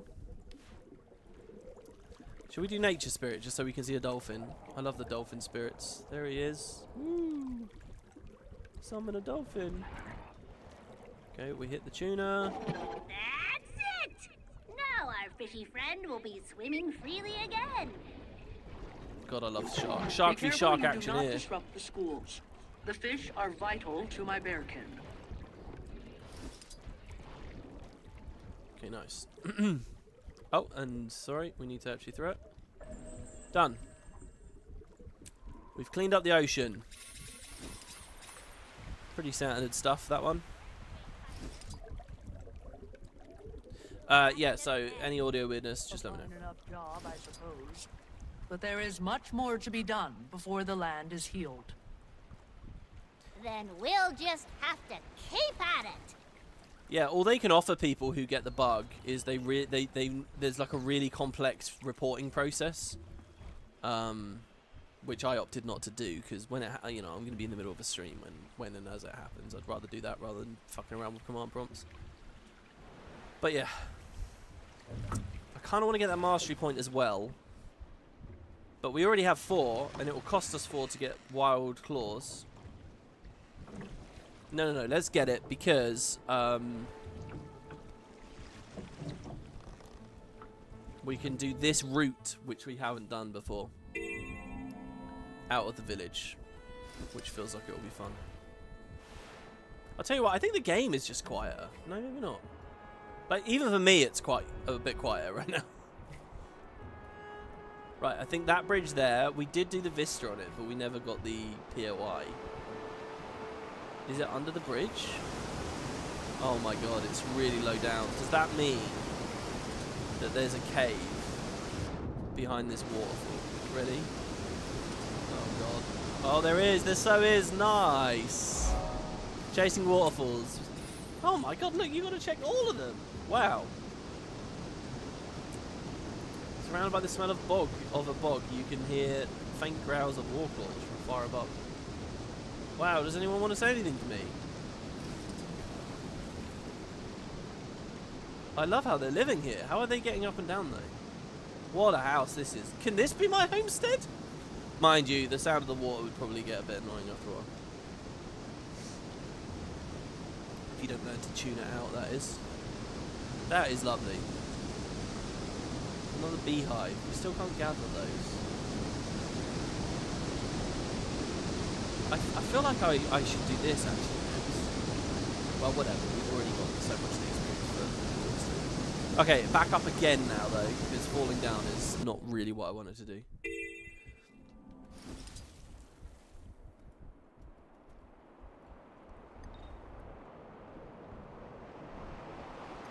Do Guild Wars sponsor me? Your videos keep me coming back to this game, So if they don't, they should. Yeah, I'm an ArenaNet partner, so I suppose you can call that a form of sponsorship. Sort of. Oh, you know what? I nearly just grabbed that and then immediately left. But look at the dialogue. These guys want mutton. Wait, is this a heart? No, that's the same. No, it is a different heart. Cabbage. Oh, okay. So you guys... Okay, so I'm waiting tables. So you want roast mutton. So... Greetings there, visitor. Hello. A grand time you choose to drop by. What with the harvest in full swing? Fine music, fine sport, and finest of all, the food. Say, give me a hand in the kitchen helping fill these empty stomachs. It'll give you a taste of the harvest firsthand. Oh, you don't gather the beehives. They're more like adrenal mushrooms? I see. Okay. Trolls tots sound amazing, they do. Tots. Guys, I guess I'm asking the Americans out there. Oh, here's some meat. That guy wanted meat. I'll do that. What is a tot? Like, I know there's tater tots. Oh, that's mutton he wants, though. Does anybody want to just need straight up meat? No, no, no. I didn't want to eat with you. Here. That's not. It's funny. I don't even blink now that the seating feature is used all over the game. But oh, you remember how many years it was, guys? We didn't have that. He wants basilisk. He also wants basilisk. Is a tot just like a little cylinder? It's like a what's it?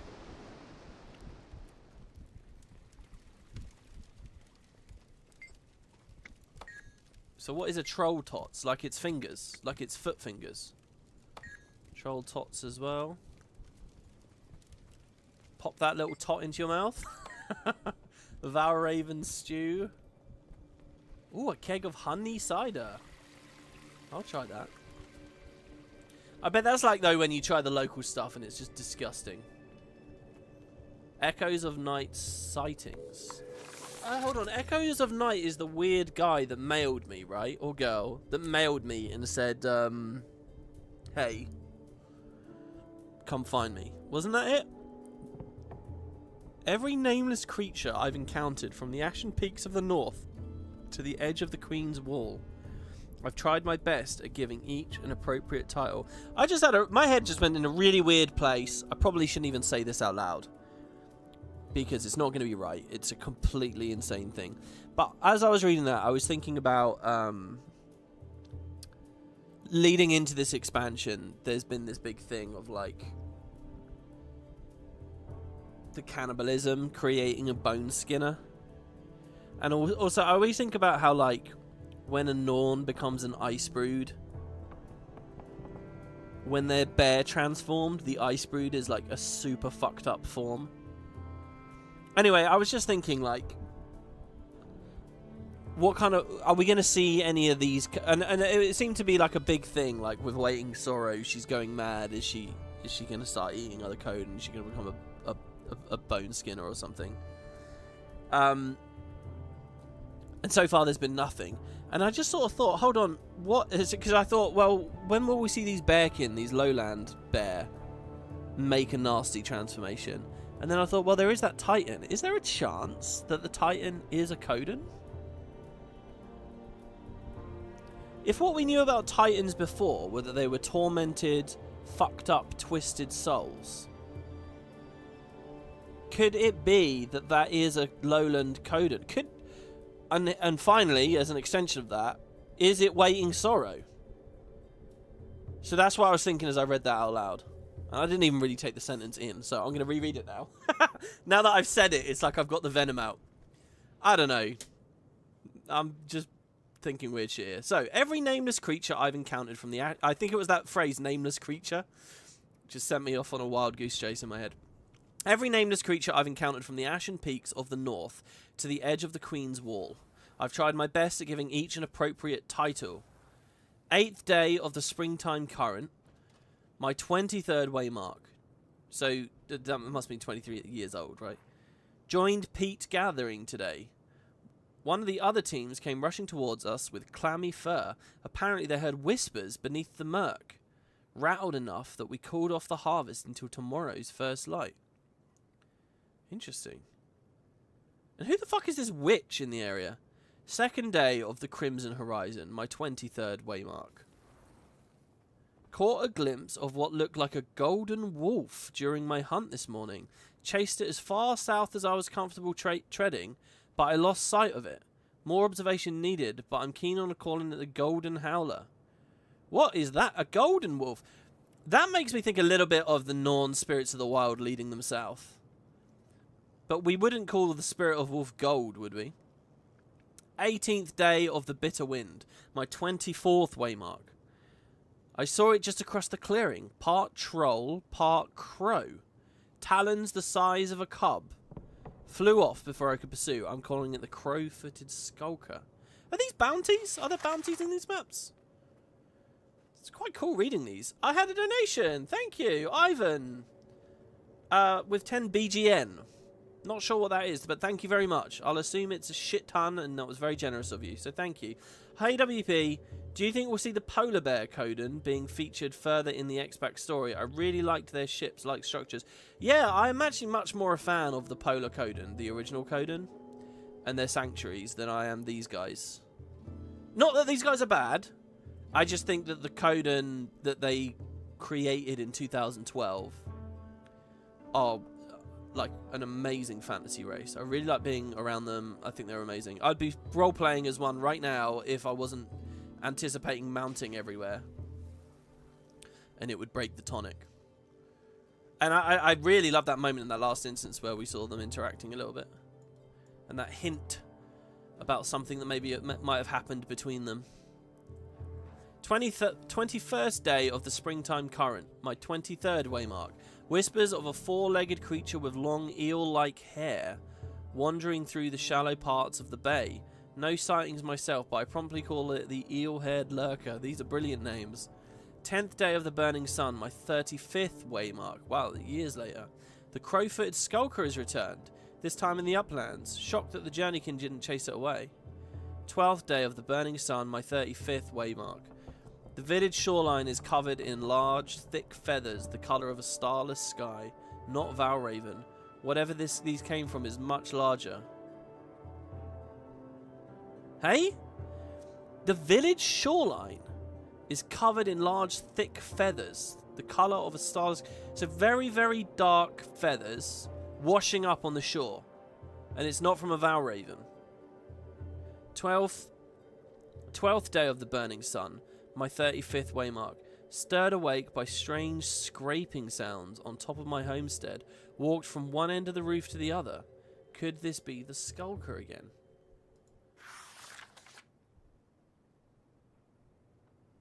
I love this, by the way. The ashen peaks of the north to the edge of the Queen's Wall. What he's saying, guys, I think, is this is his territory. The ashen peaks... The Queen's Wall. This is where they live and what they do. It's basically saying that some of these Coden have actually got right up to Divinity's Reach before. That's what I assume is the Queen's Wall. I might be wrong. Interesting. Now, there are hungry people downstairs, and I've just been up hiding away in this bedroom.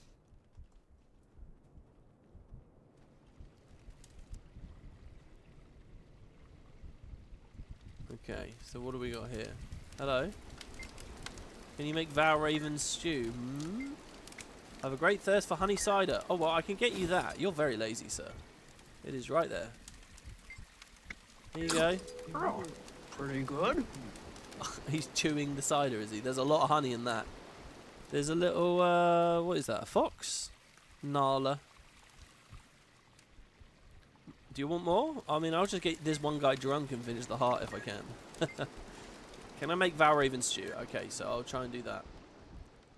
I can't make it, but somebody else has already made it. And I, Oh, wait, do I make it? Oh, shit, I have to make it.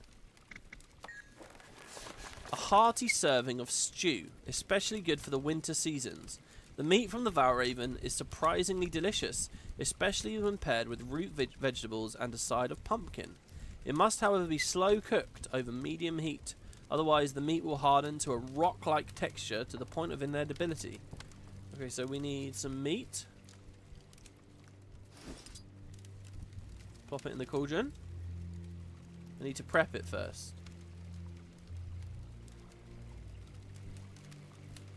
At the fire? Okay. So we have cooked meat, not raw meat, cooked meat. Now we want a tomato. There's some tomatoes.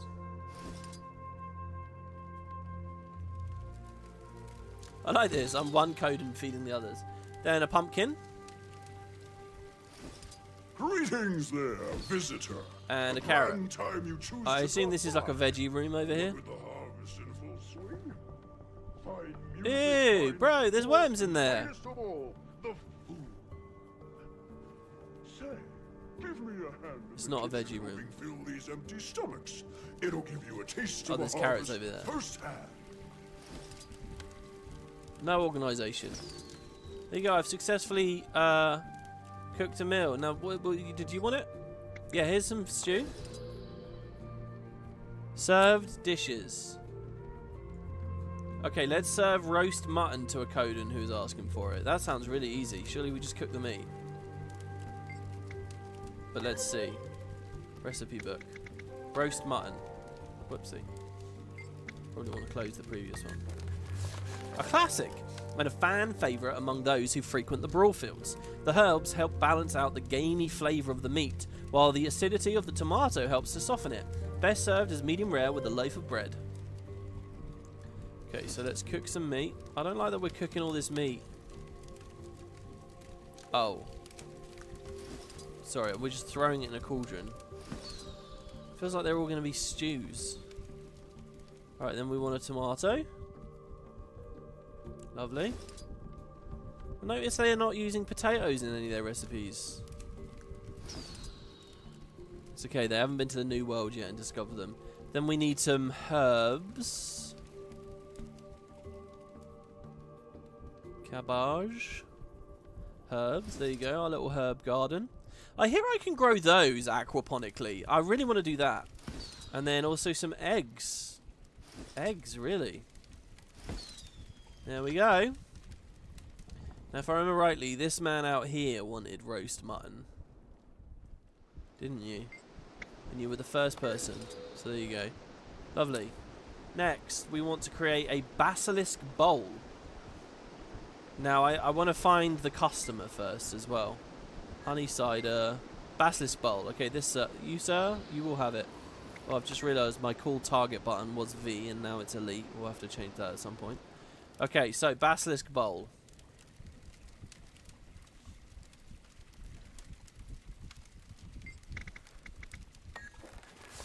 This meal contains no basilisk meat. It's named for the stunning impact of its flavour on those who eat it.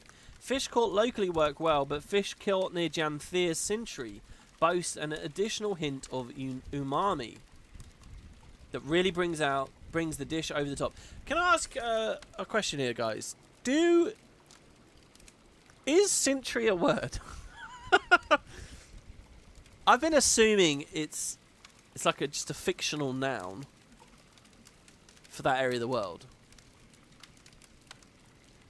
But it feels like it might be a word in English as well. I don't know. It's not a thing, is it? It's not a place name that is also descriptive of the place, as is often the case. Like a century isn't a thing, is it? Okay, fish fillet. That question of, like, is it a real world thing or is it just a fictional thing? That question, well, we were talking about disco in the previous part. That hit me over and over and over again while I was playing disco, like, constantly. And it's actually one of the things I love about the game. Like, I knew nothing about the setting. And I was like, am I in France? Is this Earth? And it really added a lot of intrigue for a long time. And then as the story unfolds, it becomes very clear what is or isn't. Wait, are you telling me to actually catch a fish? Surely they have stocks of fish. Carrot, pumpkin. Fruits. Tomatoes. Is it these? It's not these grubs. Surely not. That's not fish, is it? What do we think? I've cooked it. Not sure those Oh. flavors pair so good. Cooked grubs. You didn't want cooked grubs in there. I'm sure that's a part of the Valraven stew, actually.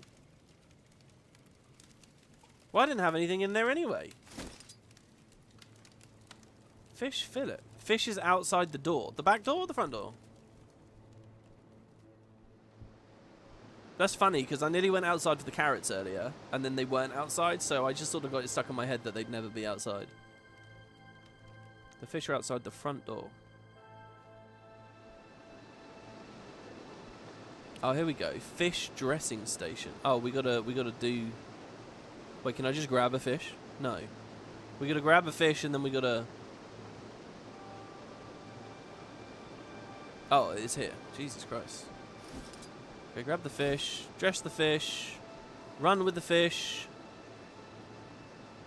put the fish in the cauldron. Lovely. Okay, now more herbs.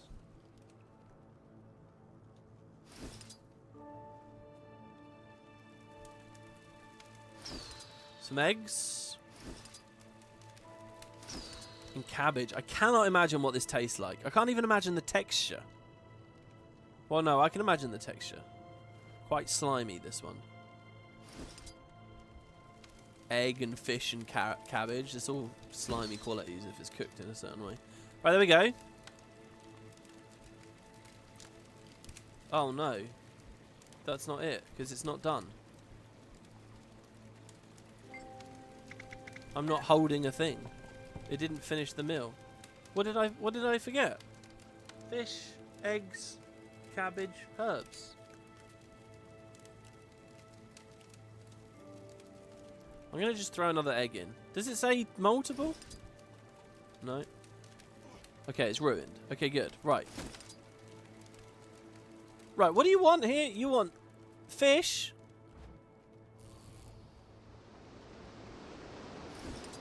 What, just fish on its own, not dressed? Oh my god, look, it's wobbling around. I think we're actually going to kill it, guys. Did I forget the eggs? You arrived in time to see... But I was talking about eggs. Oh god. But and also, I just tried to bring an egg to it.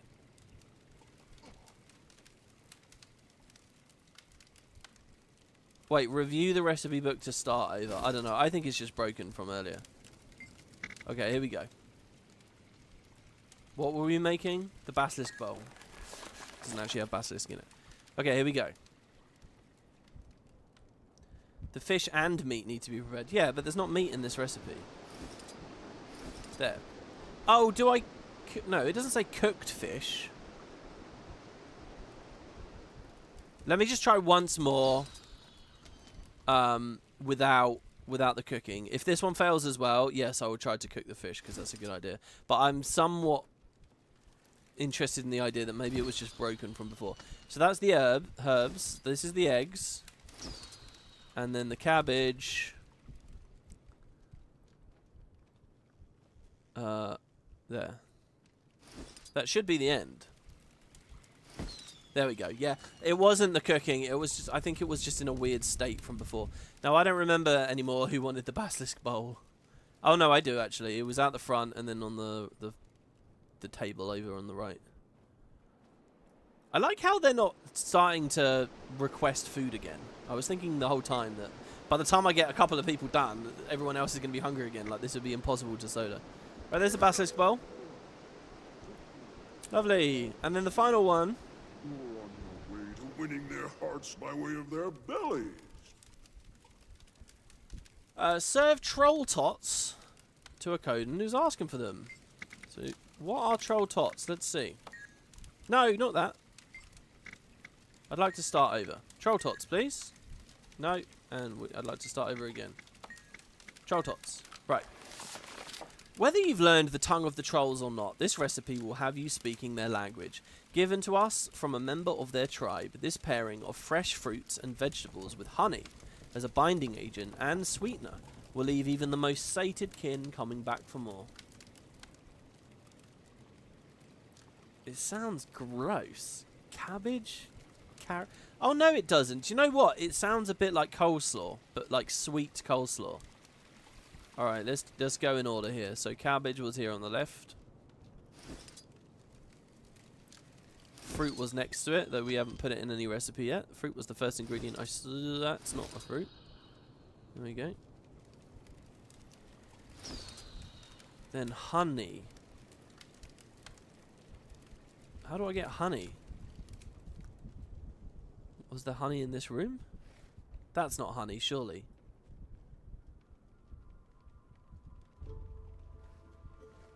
Come on, those are just grubs. Why are they there, ArenaNet? Is that just to troll people? Just ruin meals. Maybe upstairs? Oh, just honey cider, maybe? I'll try and put the cider in there. No, it won't let me put the cider in. Oh, the map is empty. Do you know what? I've realised they've improved that over End of Dragons. End of Dragons was constantly throwing that. It's outside behind the patrons. Cider is outside. Oh, from that beehive? This beehive. Okay, nice. Nice. Oh my god, you guys have been invaluable. This is some fresh stuff. This is straight off of the bees. Okay, and then some carrots. I like this. This has been quite quaint. Okay, and then I want to feed this. You wanted troll tots, didn't you? Yeah, you did. Acceptable. Decent, even. Thank you. That was a very snobby way of receiving my gift, but fine. There we have it. Thank you for helping around town. Though us Lowlanders are known for our self-reliance, kindness does not go unnoticed. May you begin to feel at home here in the Harvest Den. That was the same event, the same heart. It has been. So this is the third time I've done this. So I assume I will progress the thing. Oh, by the way, I'm getting so many of these goddamn special things done. One of them was to do my homestead. Well, not special things, but weeklies and dailies. We got one down. We're nearly at cap for our astral currency, so I'm thinking we should buy some stuff now. Let's just work on the Rotstalker armor for now. And maybe we can actually equip it if I can get all 3 pieces. Looks like I can.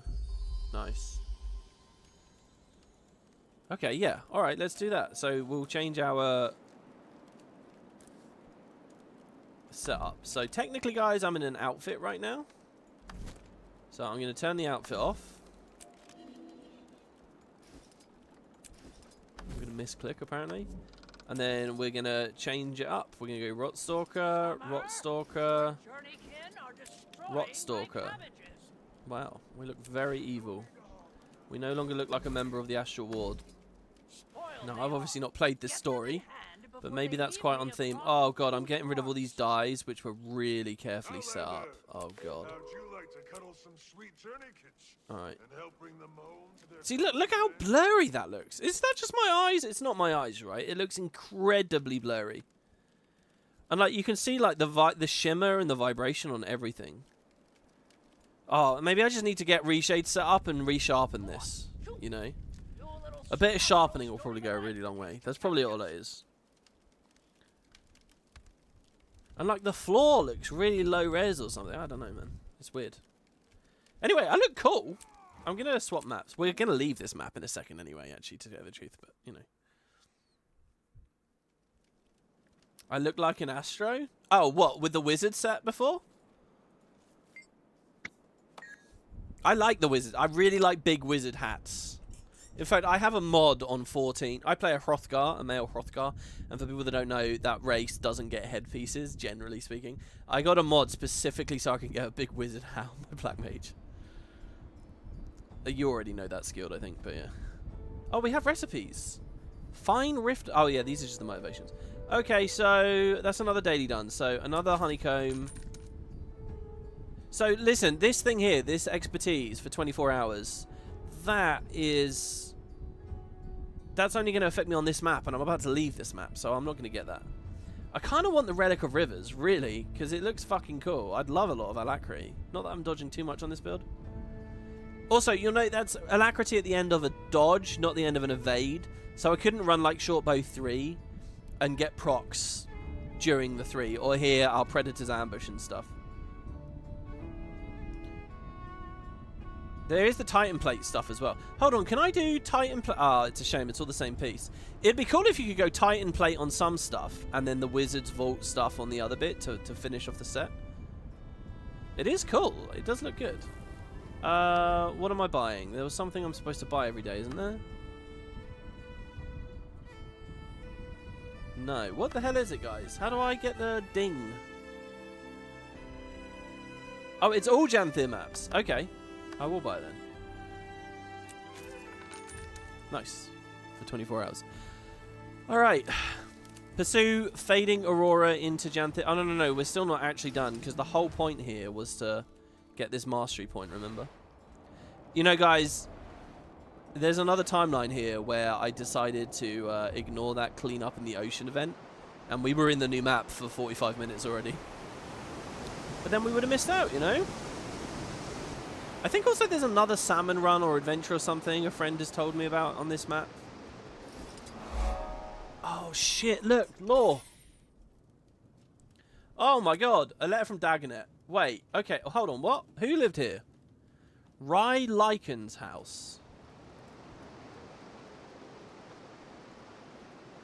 Okay, and do you still live here? It's not abandoned or something. Why has somebody got a letter from Dagonet?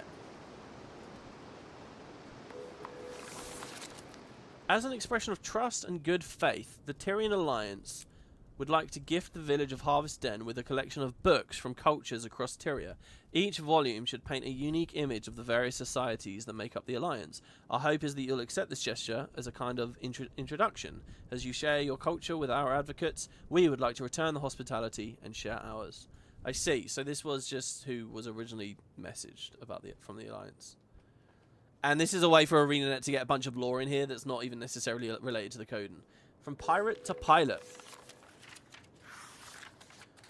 By Captain Ivan. What makes a man or a mole? Ivan has pondered that much after his misadventures in Janthir. This is good. I've seen fantastical places, done battle with impossible beasts, stared my own reflections in the face, and lost the person I cared for most. But in turn, I've gained a new perspective, new purpose, and new friends to support me in this new chapter. Perhaps the last kindness in my former captain gifted me. Rip my chin. Ivan had not always known this kindness. Life in the Multiriat was not the ideological paradise I was raised to believe.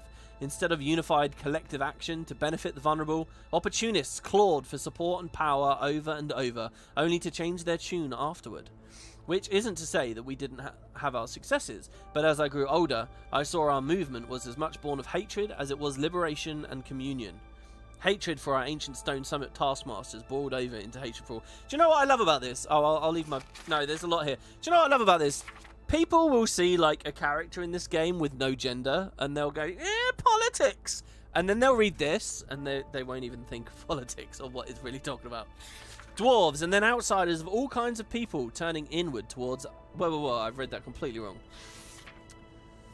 Which isn't to say we didn't have our successes, but as I grew older, I saw our movement was as much born of hatred as it was of liberation and communion. Hatred for our ancient Stone Summit taskmasters boiled over into hatred for all dwarves, and then outsiders of all kinds, before turning inward toward our own people. I hold most of the movement's core tenets close to my mind and heart. It's what led me to the Aetherblades. I craved for community again. Family. I was fortunate that they had use for my skills, skeptical as they were at first. A dredge, navigator, and a good one at that. They had their laughs now and then, but they were singing a different tune after I steered them clear of Kraukatoric's rampage through the mist. This is cool. I never, by the way, I'm an idiot. I absolutely never got the irony that he's a blind dredge as their navigator. I never got that joke. It's only just dawned on me because they had to spell it out for me. So thank you, Janet. I appreciate that. The mist changed many of us. Some for the worst. Afterwards, Janthir felt like a potential fresh start, but many of our crews had other plans. Somehow, I'd stumbled goggles first into the custody of one of our old foes from the Scarlet days. The famed Pact Commander, the storied slayer of dragons, gods, liches. You name it, they've probably killed it. Ivan thought, this is it. This is the end of the line. Ivan was wrong. Yeah, I was thinking, you know, this thing, we've killed dragons, gods, liches. I was very interested earlier. I didn't say it out loud. But in the final line of this... Ooh, where's it gone? Here. Wait. The fuck? Here we go. Let's see if we can even kill a Titan. Like, the commander's doubting if they can kill a Titan. And it's like, well, you've got quite the list. But again, I didn't say it out loud because it leads us into the whole power creep, power fantasy thing, escalation of difficulty and stuff. Okay, the Ravaging of the Jade Runner. Chapter 7. The cursed day arrived like any other. After 3 days at sea, the crew were eager to spot the silhouette of Quan Jun on the horizon near the sundown, at the zenith of the festivities following the holy ceremony. While I was but a simple cabin girl, Captain Aria was keen on me joining the crew for the celebration this year. The 2 other ships on our convoy were equally as excited, shooting off the odd firecracker while shouting some blasphemous prayer to Dwayna, were she the listening kind. Hold on. We're talking about the Jade Wind. We're talking about Shiro's Shiro's attempted assassination and then death at the hands of the bodyguards, right? That's what we're talking about. The Quan Jun Festival, that's the Harvest Temple Festival.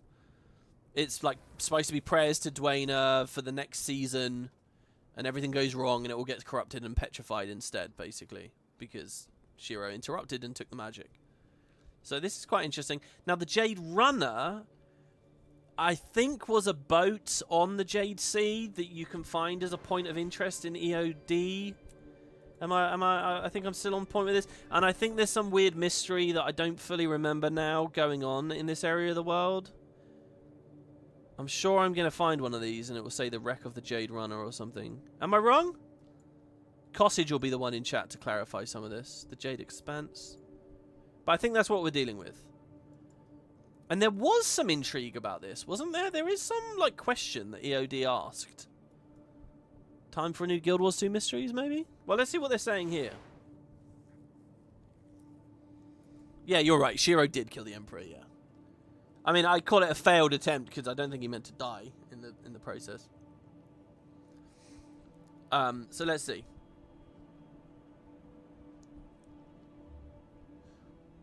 While I was but a simple cabin girl... Yeah, we already read all that. No, we didn't. Yeah, we did. I remember the moment as clearly as the Gyala shallows that day. Nautus reported a strange cloud on the horizon. I like this, by the way. Metaphor or simile or whatever, where they talk about other things in the universe. They reference their own points of references, which are also a part of the fantasy. Nautus reported a strange cloud on the horizon. Foul magic in the air. Next, the sails caved in reverse. I remember the harrowed look in the captain's eyes, the cracking of the wood masts as the anguished wail of Shiro's foul spirit rode the cursed gale from the shattered temple. Before I could blink, First Mate Dolus had me lashed and tied off near the back of the boat, quickly doing the same for himself. Era's voice roared above the din of the wind. "All hands brace!" she cried, for what good it did. One of the luckiest ships, we were mid-trough, you see? Our hull cracked and splintered as sea waters froze solid. The mast snapped and fell, crushing the helmsman before he could move, much less scream. I watched as massive fissures cut across the waters nearby, as towering gouts of mist were carried on green winds expelled from the solid depths below. Entire shelves of what was once seawater rose and sank as the world around us was rent asunder. Oh my god. The language here. I've got such a good image in my head of the Janthir CGI trailer. The Factions trailer. One of the other ships in the convoy, the Salted Spray, was caught out on a crest ahead of us, shearing it in half as a hand might snap up a fistful of dry, long noodles. They'd not been as prepared. Half their crew were already drunk before what should have been a rancorous evening of delights. The third ship similarly faded worst. Sorry, fared worse on the crest behind us. My eye is stinging. I've got sweat or salt in my eye. Oh my god. Kid, you alright? Good enough to stand? I remember. Dolus was saying with urgency, his hands clasping the side of my head, wiping away either tears or what little of the sea remained. I don't recall. I could only nod in my concussed state. He turned around, reaching for the helping hand of the captain, slowly rising to his feet. The only clamour to be heard now were the cries of the other survivors amidst the wreckages now shattered against the haunting stillness of the silent surf. Wow. Amazing, really cool, nice fun read, makes me think and appreciate the Canthan stuff. Why is it in this X-Back? Why did the Tyrian Alliance send these guys such a crazy story? Also, my duck is on the bed again. I keep seeing this and thinking, oh, is that a part of the environment art? No. I guess it's because I'm a ranger, so I also have my own pet, so I can easily think of that as my mini and then forget about the cute little duckling wandering around with us. Oh my god, guys. We did it. We got all of the book. No, we didn't. We got the next tier. Jesus Christ, we're on 12 out of 23. Just a shade over halfway. Draconology in a New Cycle by Kurt Bengston. I don't know this NPC. I don't remember them. They might be just a random guy in the Dermond Priory. I would love it if there was that guy that talked about the 6 dragons at the actual priory, but I don't know. The more personal facets of Tyrion's dragon kind have long been wrapped in mystery. In my brief conversations with the elder prismatic dragon, Aurene, shortly after the Dragon Void crisis in Janthir, she admitted that despite her ascension, she was only a couple of years short of a decade. With her consent, I was allowed to ask some more personal questions. Oh, we need the consent of the dragons, guys! Always ask a dragon for its consent to steal its gold. Launching right into the thick of it, I asked Aurene whether she and her brother Vlast were part of Glint's only clutch of eggs. Despite the memories imprint... Oh, okay, wow, are we going to get information about the eggs? Hold on, are they going to talk about Shiny? This could go good places, I'm just saying, guys. Launching right into the thick of it, I asked Aurene whether she and her brother Vlast were part of Glint's only clutch of eggs. Despite memories imprinted by the time of her hatching or later uncovered by her gleaning of the scrying pool, Aurene was ultimately unsure. Historical records of encounters with Glint allude to her having had more than 2 eggs. What happened to the rest of them has been lost to the annals of history, but as forgotten and exalted records denote, Glint's clutch was created and protected for the purpose of eventually deposing and replacing the Elder Dragons. And Timey is being cited there. Aurene found this detail poignant as she described her brief and final conversations with Su-1 and the regret she'd expressed with regards to their raising. Having created the other Elder Dragons as tools to serve some cosmic purpose without much thought as to how that would affect them, and how they would later connect, or not, with other living beings. Yeah, because it's interesting to think of another version of the Guild Wars story where we didn't just raise Aurene, but we raised 6 dragons, right? We substitute the Elder Dragons for our own friendly ones, you know, all from Glint's offspring. But then POF starts and Vlast dies. Balthazar kills Vlast. It's easy to forget why we were enemies with Balthazar for a good chunk of that bit of the story, because our goals were mutually aligned, really. But you have to remember, the guy was just a wild card, and he did that. You know, if he didn't, we could have killed Krauk there and then had Vlast ascend. There has been much discourse over whether all dragons can create their own eggs and then suffuse them with enough magic for a hatchling to form. Holy shit, you're right. You're right. There should be a lot of discussion about that. Can Aurene, if she chooses, ultimately become a Su-1 type character in the future?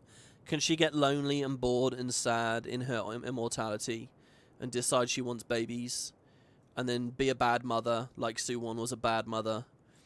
And have all of her kids go all over the place, running riot. I'll just say it again, Su-1 was a bad mother. If we're going to do the story, if I'm meant to feel bad for her because she's a mummy, then I'm also going to critique her. Anyway, there have been much discourse over whether all dragons can create their own eggs and then suffuse them with enough magic. Not to mention the salt sprays that are still around, right? All experts in the field agree, elder dragons and their direct offspring are seemingly set apart from the rest of dragon kind, all possessing the ability to shape and create life with power to outmatch the human gods. That Glint was freed by the Forgotten and then able to sow the seeds of her elder family's downfall was nothing short of a miracle. This is good stuff. Are they going to make me feel better about EOD?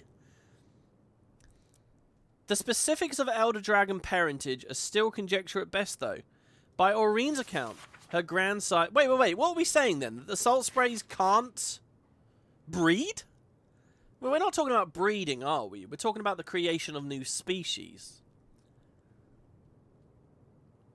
Right? We're talking about the actual generation of light... of new... Well, that's what we do when we... I don't know. What are we saying the difference is here between the salt spray and Elder Dragon? The specifics of Elder Dragon parentage are still conjecture at best. By Aureen's account, her grandsire expressed some amount of remorse for having killed her and possibly her mother. It's unclear if Kralkatorrik was driven entirely by the early coalescing effects of the Dragon Void, or if he was also guided by visions of his own, always knowing he and his offspring would have to die for Aureen to ascend. What is most interesting is that Kralkatorrik's capacity for empathy, connection and resonance, albeit rudimentary and corruptible, was consistent through line from Suwon down to his own offspring, something not witnessed in his siblings. So,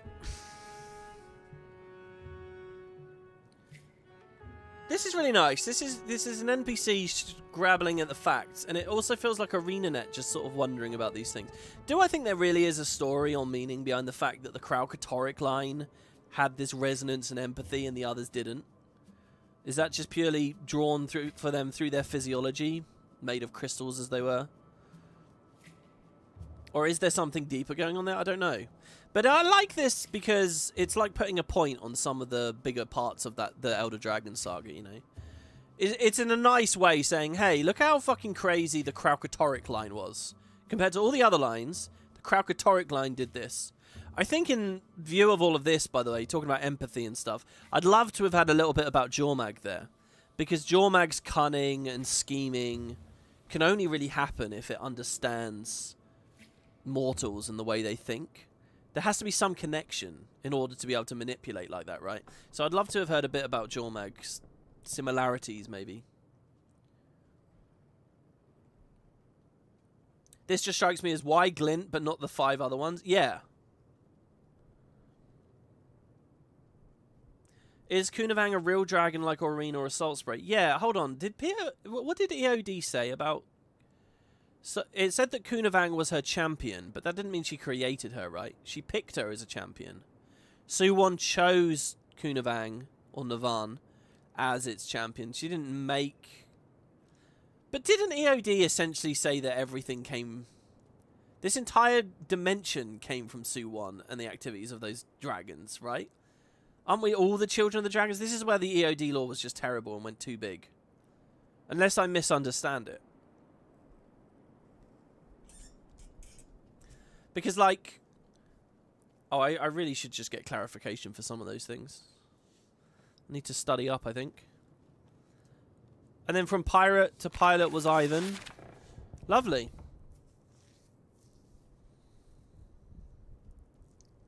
This is really good. I read this house as basically Janet being like, I want to talk about some other lore stuff, even though it's not really in scope of the X-Pack, so let's find a way. And they found a way. I love this. Yeah, Suwon bonded / corrupted Kunavang into her champion.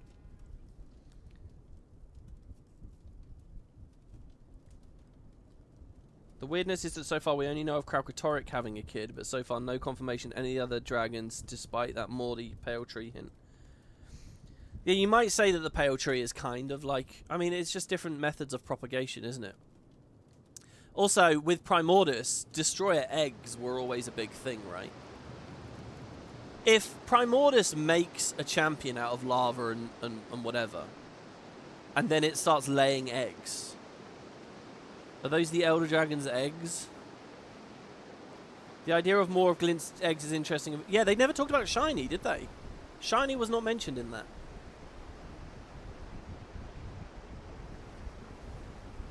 I do like the idea that there might be some of those... that would be quite cool, wouldn't it? That there's like a renegade other kid out there.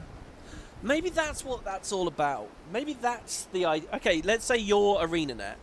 You're trying to think about interesting stories for the future of this franchise. Villains, things lurking in the corners. Maybe you've decided, wouldn't it be cool if there's another egg out there?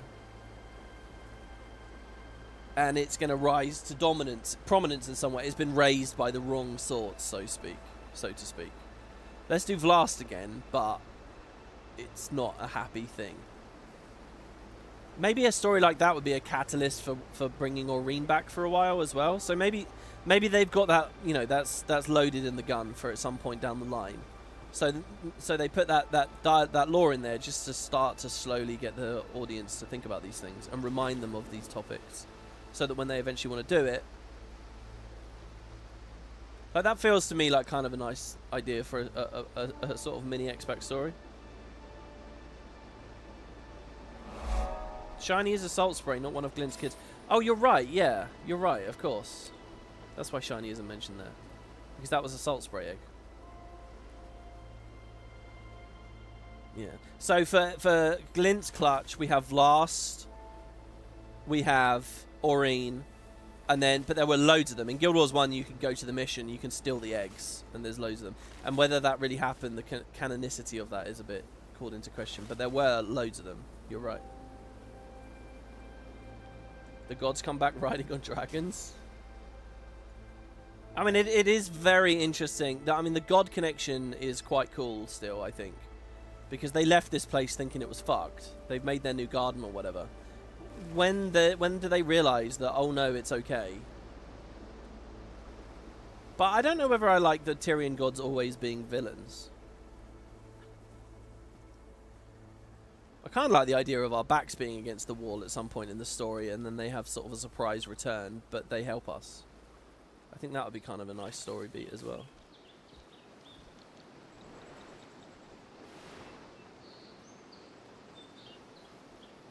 Oh man, the bird song here, lovely. 10 out of 10.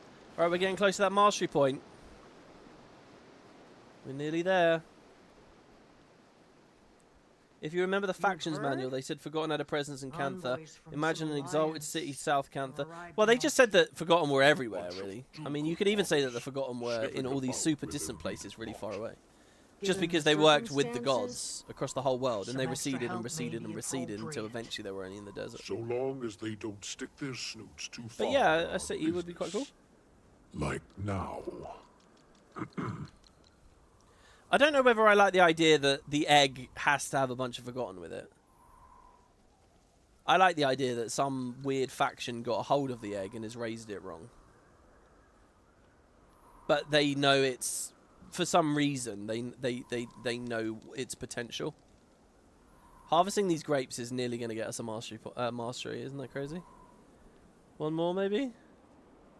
I would say the beehive, but we don't have the mastery for it. And it's not a gather anyway, as you guys pointed out. Didn't really listen to what those Coden said. Sorry there, guys. You wonder if Legavo can control the gods, since they're essentially from the Mist too? That's an interesting thought. So the gods gave the human kingdoms Sahothin and Magdea. Did the gods initially give the Scepter of Ore and the Staff of Mists to them? There's certainly a suggestion that that might have been the case just due to where they're from and they're associated with Ore. I can't remember if that was clear or not. But if the gods were responsible for the humans having them in the first place, there's no way it would be able to use to dominate them. But that's a cool thought. Yeah, because before now, I believe the Scepter of Ore was only really said to be able to control Titans. This expansion has now expanded the scope of the thing to say, okay, it can control anything from the Mist. Well, not necessarily anything, but things from the Mists. So yeah, that has opened up that god idea, which is quite cool. Alright, I hear a waterfall. There's a POI beneath us, which we cannot get, so we must swim beneath the waterfall, wherever it might be. Is Garen called it a... You're right, he did call it a seer artifact. Yeah, that's it. You're right, yeah. So it's a seer artifact. You're right then, it could be used to control the gods. You gotta remember the gods grabbed a bunch of artifacts from the ancient races and put them all in Arar. So, you know, when you do the Arar explorable modes, that's what a lot of that is.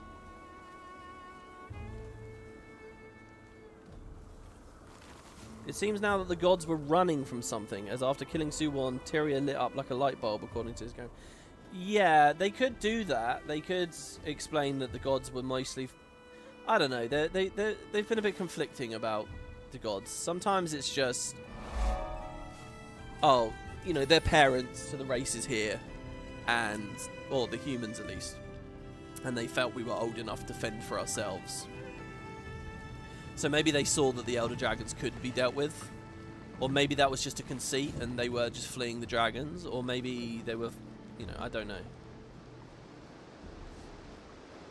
Okay, so we found the boathouse. Unfortunately, there doesn't seem to be anything to interact with on that.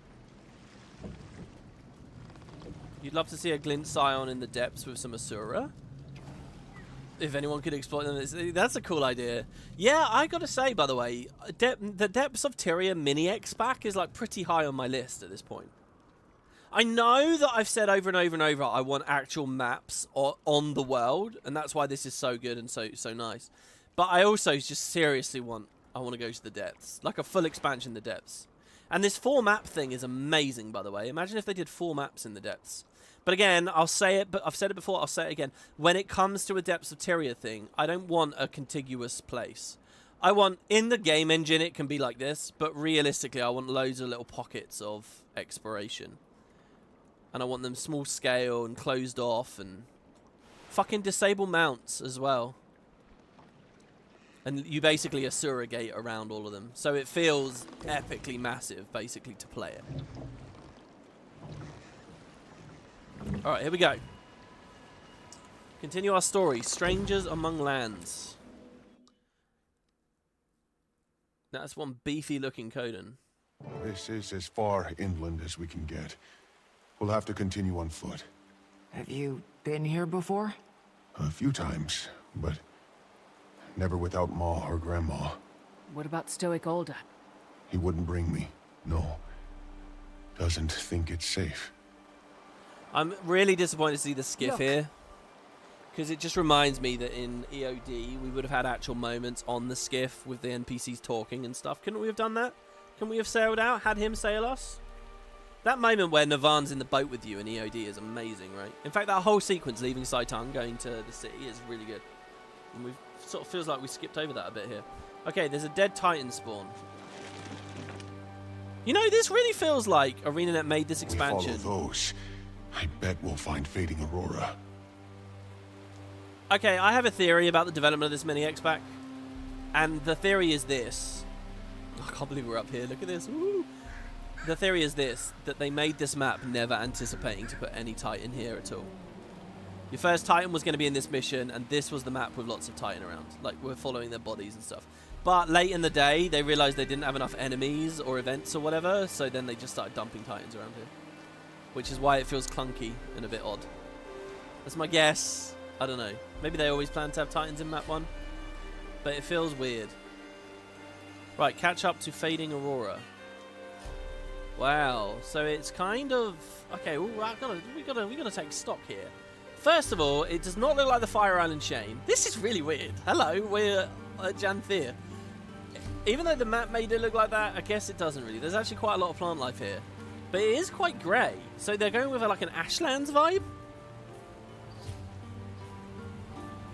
Strangers ahead. We'll fight through them. Careful, Cub. This isn't a race. I'm perfectly happy with that because, you know, the map might be a bit boring and samey if it was just Fire Island again. This is cold and ashy. That's what we're actually dealing with. Oh yeah, let's get that carnivore proc.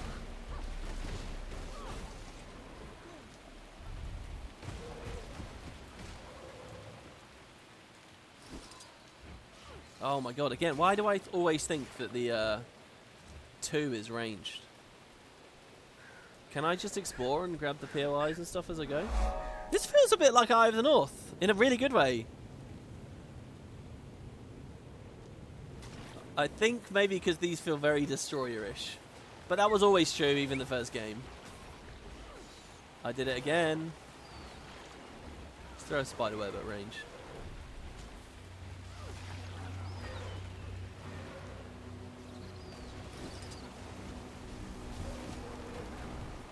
My instinct on this mace is to go 2, 3, 5. The Raven should be drawn to the carnage, but the presence of the strangers keeps them away. Mother, watch us. I hope your friend is alive. And that's purely from playing Rev that has influenced that. My eagle doing some damage there. I want to get up to that mastery point, but I guess because we're in an instance, it might not even be there anyway. It is volcanic, but it's just not actively there's no lava here right now. I think that's a fair way to think about it as well. I'm not going that way because it looks like we're at the edge of the instance.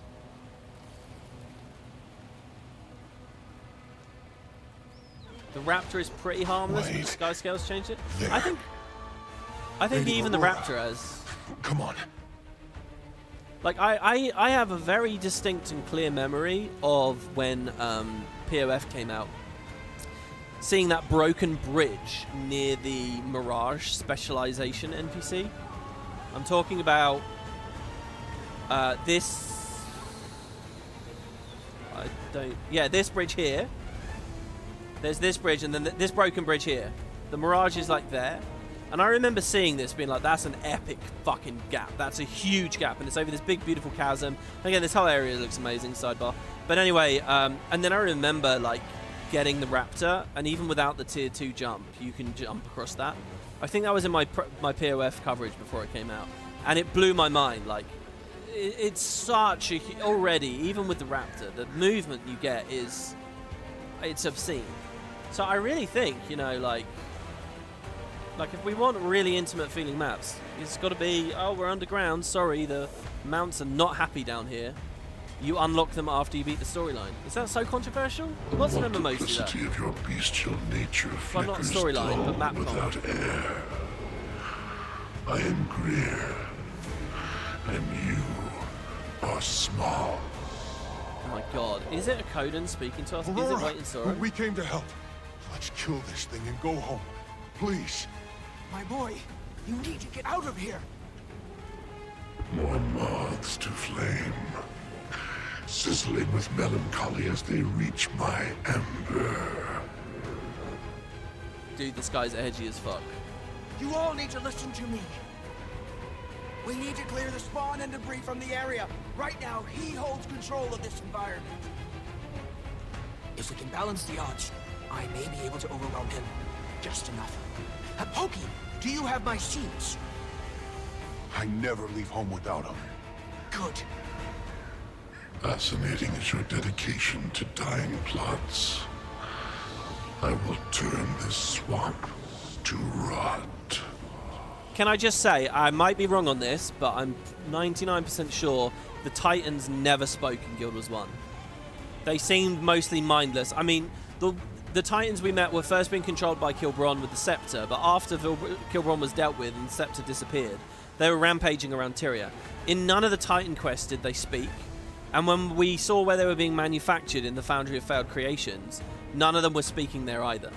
The closest we got to any kind of sentient entity or suggestion of detail was in the Foundry. There were 4 ghostly horsemen called the Guardians of Kamali. And they're like the bosses at the end of the Domain of Anguish, that wing of the Domain of Anguish. But even they didn't speak, I don't think. So, just huge amounts of this was left completely open. It is, for me, a real novelty and a fascination to hear a Titan speaking. The fact that they can speak, it almost redefines, like, how I think of them. Like, how malicious they can be, whether they're actually planning and thinking and so on. So the reason I'm standing on this hill is I really just want to read again what he said and think about it closer, because this is kind of it's a paradigm shift as far as I'm concerned. So he's called Greer, the Blightbringer, and it's not a Coden name. He's named himself Greer. The multiplicity of your bestial nature flickers dull without air. The multiplicity of your bestial nature. I have no idea. If it was speaking to a Norn, I'd be like, oh, it's talking about how you can go into different forms, but I have no idea. I guess I'm taking it too literally, obviously. I'm Greer and you're small. He calls us moths to a flame, sizzling with melancholy as they reach my ember. I never got the impression that moths are melancholic, but I guess we are. And by the way, as I'm reading this, all this nature-y kind of dialogue, I'm thinking this is how the Lowlander bearkin would speak. Fascinating is your dedication to dying plots. I will turn this swamp to rock. I don't know. The fact that... I mean, what were Titans even trying to do in Guild Wars 1? They were just blowing shit up. They were essentially just like a nuke, right? They were just rolling around mindlessly destroying things. What do they want? He wants to turn this... He wants to rot things? He wants to corrupt things? I hope they have a good answer to that question, because at the end of the day, I think one of the weaknesses of Secrets of the Obscure was that question of what do the Cryptids really want? Oh, they want to consume. Okay, so let's talk about that. Let's not. It's kind of how it ended up feeling. Right, so, defeat the Titan spawn. Destroy rotted material that he's drawing power from. Like that mushroom. Here we go. We're going to stealth. We're going to jump. We're going to stealth. We're going to use a 3. Meh. Big fucking meh from me there.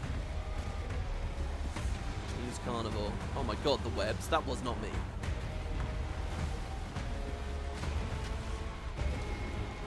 Do it again.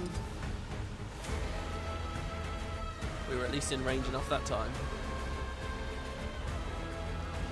That one felt okay.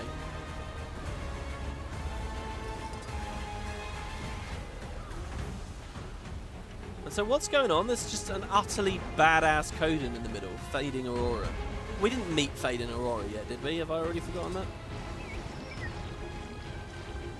Keep our quickness up. Nothing's really hitting me here, so I don't need it as a stun break.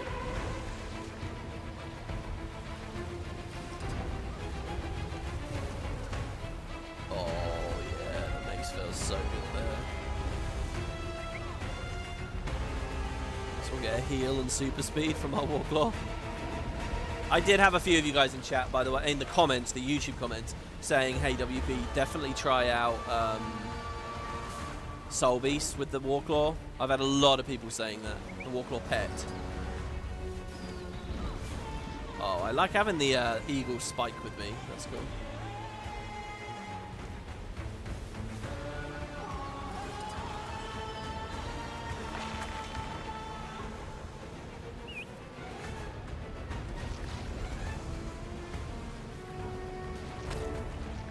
Okay.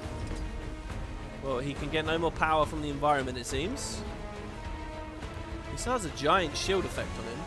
The Titan has hardened his armor, reducing all damage to 0 and preventing conditions from applying. Couldn't we have just had that as the invulnerability effect?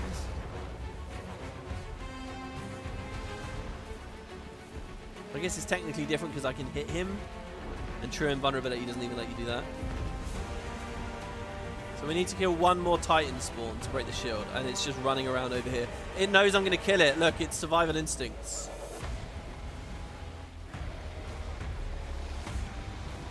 I do quite like how long that daze is there. What you just saw me do there was a really long daze into a stun. Like that target can do it. Throughout the swamp. I'll warn you, they are very magical. Okay.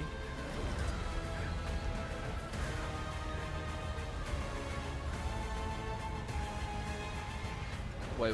What am I doing wrong here? I'm pressing F. Is it because I'm in a fight, or is it because there's a special action I need and I need to collect them from somewhere? Is it because I have an NPC who's supposed to throw them? Pokey, namely.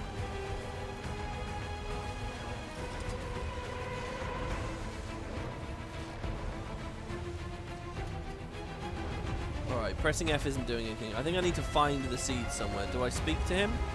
Malice and Kate are walking around with me. Where is Pokey? Is he the... that icon over there is different to the other one, so let's go have a look at what might be going on over there. Literally on the exact opposite of the area. Okay, yeah. He'll give me the seeds and then we'll go. Nice long super speed chain there. Dodge out of their way. We don't want to lose any seeds. Cradle the seed to protect it from harm. Gives me Aegis. Your plans are undoing his corruption. It's magic, but it's balance. Exactly. I trust you. You trust me? Why wouldn't you trust me? What would I do with the seeds? I'm a Sylvari. I love growing things. I've got more seeds. The fact they have an achievement for take no damage with the seed tells me they thought this would be a lot more bullet helly than it is. I mean, it's kind of. We can just sort of YOLO past everything.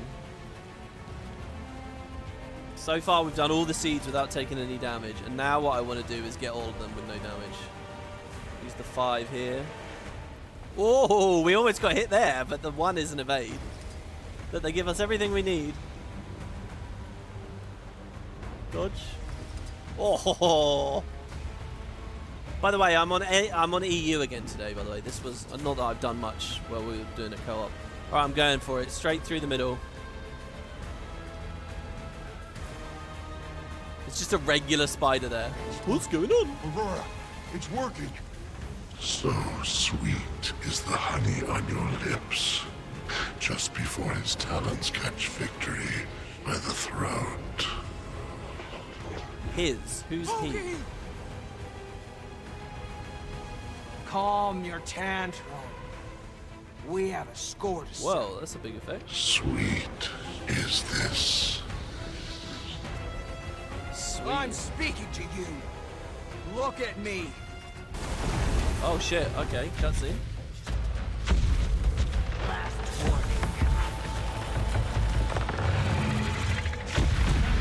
It's really cool. I love what they did with the Titan design. Very well. It's like made of wood. So cool. It's a lot like the effigies from before. Oh, what's this icon? The eye?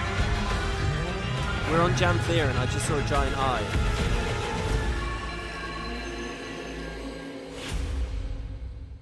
Is this Coden using Massart stuff? I will explain. Poised Arrow's losing it. What are you? Wait! I've only just clocked! That's Waiting Sorrow! That's literally Waiting Sorrow! Oh my god, bro! I'm gonna look at chat in a second and people will have been saying Hold on, has there been named Waiting Sorrow the whole time? No, it hasn't. It was called someone else? Okay, so it's Waiting Sorrow here. They were called Fading Aurora earlier. But now we know it's Waiting Sorrow. But why do we know it's called Waiting Sorrow now? I've missed a trick here. Why is the... Okay, I said that. The commander realised it's Waiting Sorrow. But why does the commander know what Waiting Sorrow looks like? Fuck, that beat is completely gone over my head there. The commander never met Waiting Sorrow. Okay, this is very cool. Regardless of, we'll deal with it in a second how the fuck that went. But I'm very excited to see what we have to say to each other now. Like, we have the heart of the obscure here. Okay, that explains why this Coden is doing so well in this fight against the Titan. Because I was thinking to myself, is this diminishing the strength of the Titans? But no. I mean, this is a very ancient character. Choking on the weight of my own dejection. Jesus. And he's dead. It is done. Okay, yeah. So, because I've got to be honest, guys. I don't really remember when this person was named Aurora. I don't really remember why we were hunting an Aurora. Let me read. The journal will probably tell me. This is my fault. It's not the game's fault. Okay, the council voted.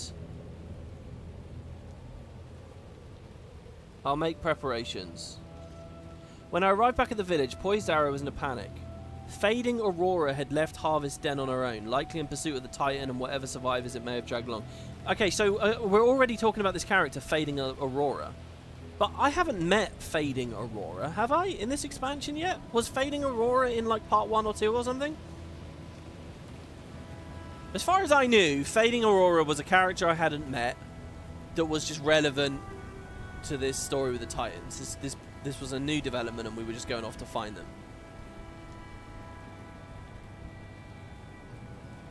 She was headed straight to the Isles alone. So, Fading Aurora. We're hunting Fading Aurora. We get here, Fading Aurora's a badass. And then in that cutscene... So let's see what this says. Pokey guided us across the bay into the first island. Damp and eerie, it was uncomfortably still when we stepped off the skiff and onto the land.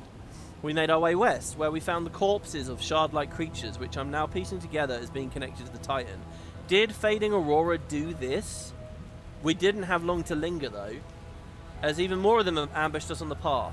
As we pushed westward, Pokey saw a clearing in the swamp, and Fading Aurora, we finally caught up. So even then, I'm only seeing this character like miles away at the base of a Titan in the middle of a massive fight. So again, as far as I believe, this was just a random new NPC. And then in that cutscene, Fading Aurora is a badass. Wow, killing the Titan. And then the first time they're named Waiting Sorrow.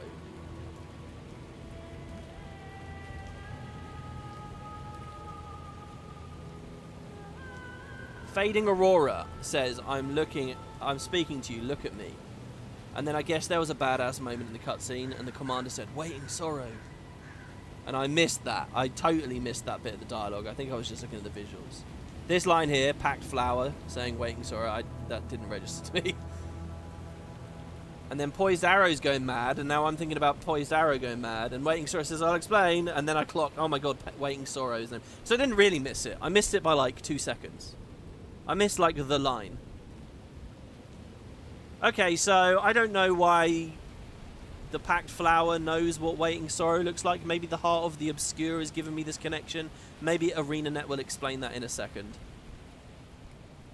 Sadly, that moment whiffed a little bit for me there due to my own inattentiveness, maybe. Alright, here we go. Waiting Sorrow. I don't know about the rest of you, but I've got a burning question or two. I wouldn't get too close. Not until we have answers. Who are you? Pokey, I will not hurt you. Don't call me that. That's what my ma called me. Who are you? I am Waiting Sorrow. Not some healer from the Shiver Peaks, I take it. I can practically feel the magic dripping from your paws. I am not. I'm... a rogue wizard. The Astral Ward is looking for you, Waiting Sorrow. We're very accusatory, the moment aren't they called we? you Wayfinder, I assumed your mission was to hunt me down. Hunt is a strong word. What fables did he tell you of me? That I take children and siphon their young magic? Only that I'm to assume you're dangerous. Waiting Sorrow is Baba I helped you Yaga. kill the beast, didn't I? If I was going to harm any of you, my hands would already be cleaned of it. Poised Arrow. I'm sorry. I can explain everything. I just need you to give me some time before we tell anyone. You don't want my paw to know. It's not the right time. And I still have a few questions myself. With time. Okay, got people in chat saying maybe the commander figured it out because she was casting loads of magic and these guys don't have a proclivity to that. That makes sense. I think that's quite cool. Yeah, I have a few questions myself. Hold on, they don't have icons above them.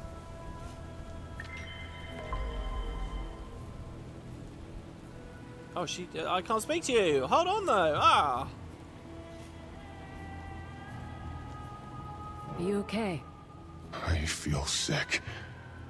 My gut is turning and my arms won't still. I don't know what to think. I need to count the trees and mull it over. Are you going to tell your father? I wouldn't blame you if you did. I want to. I don't know if I should. I'll think about it. My ma taught me to step away when a hunt became too taxing. My thoughts and tongue aren't aligned. Wise advice. Take as long as you need. I'll keep an eye on her. Yeah, they're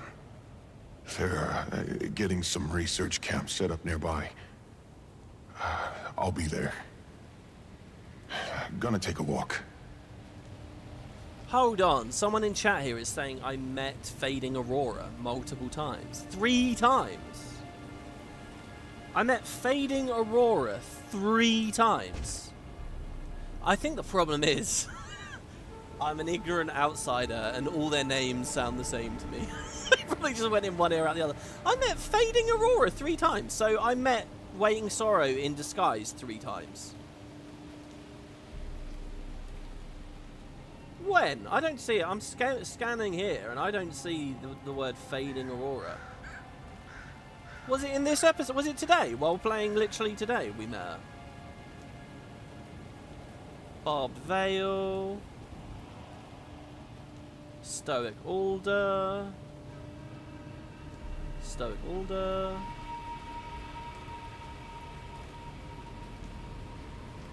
Poised Arrow. I don't see any reference to a Fading Aurora there. Is it just some like random open world heart vendor or something?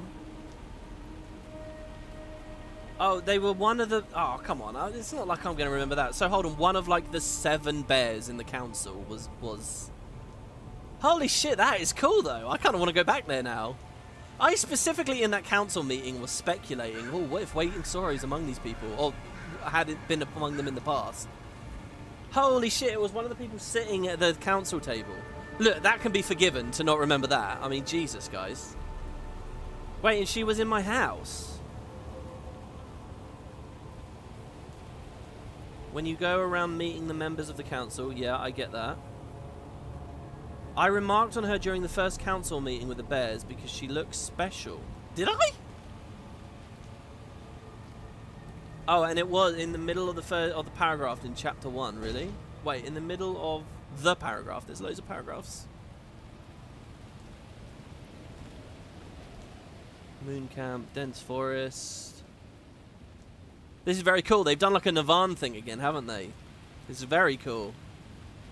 They've hidden an important character right in front of us. So hold on that day, were some of you guys sitting there going, hee hee, look. Oh, here we go. Here. The Lowlanders seem to operate under one leader, their Claw, who is themselves advised by several heads of established disciplines or masters. So far, I've met Graced by Fire, the Warclaw or Journeykin Master, Fading Aurora, the Healing Master, Rye Licken, the Law Master, and Barbed Veil, the Spear Master. There was also the Claw's son, Poised Arrow. Look, that's a lot of random new Coden to be introduced to. Alright. So like, I think I can be forgiven for not remembering that. But this bit where she came to the homestead, now that's amazing. When was she? Poised Arrow. So there were 2 moments. There weren't 4 moments. There were 2 moments. Is that fair?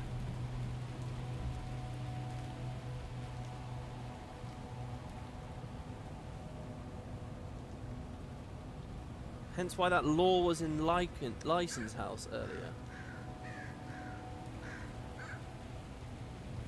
It was 2. Okay, it was 2 times. One, she's in a big crowd. The other, I don't know, I guess it was the end of the 3 hours and I was interested in decoration mechanics and not thinking very carefully about who I was. Here we go. However, there was little time for reflection. Fading Aurora stepped by, lurking for me on account of Barbed Veil. I'm apparently needed at the hunting outpost. As for why, I'm not entirely clear, but I'll be heading there soon. Okay, so Fading Aurora came here telling me to... Because Barbed Veil wanted me. Was that when I went off to make the sequin thing? Okay, and then... So when we got back from Lion's Arch just now, and it was all Fading Aurora's run away, and I was thinking, oh, this is just a generic NPC. What I hopefully would have been thinking is, oh, that was a member of the council and someone who visited my homestead. But I completely wasn't thinking of that. Okay, cool. In principle, it's good. So let's see what she says now. Where is he going? To think. If I just learned that my mentor was wanted for ambiguous transgressions, I'd be on the fence too. I left a note.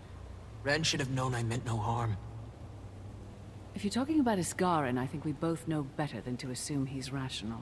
Eh? What do you suggest then? Of course he's rational. So you haul me back to Omnitas, paws and chains? Do Titans still roam the Isles? Can we count this battle fought? Iskarin said to expect numbers, even if those numbers are low. The earth here rumbles. I wouldn't blink if another stranger still walked upon these lands.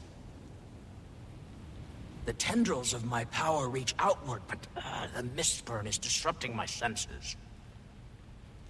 Mistburn? Does that have something to do with the Titans? In part. Energy radiates from the mists. I expect wherever our Titan came from, it was steeped in it. It bleeds into our realm. Oh, wonderful. So, what are we going to do with you? Well, I'm not in chains yet. Why don't you tell me? If you don't tell the ward, I will not flee. Let us deal with them later. I don't know the stakes under which you were advised to track her down, but she did help us kill the thing. I've carried enough secrets in my pocket to know how burdensome that weight can be. Then let me offer this.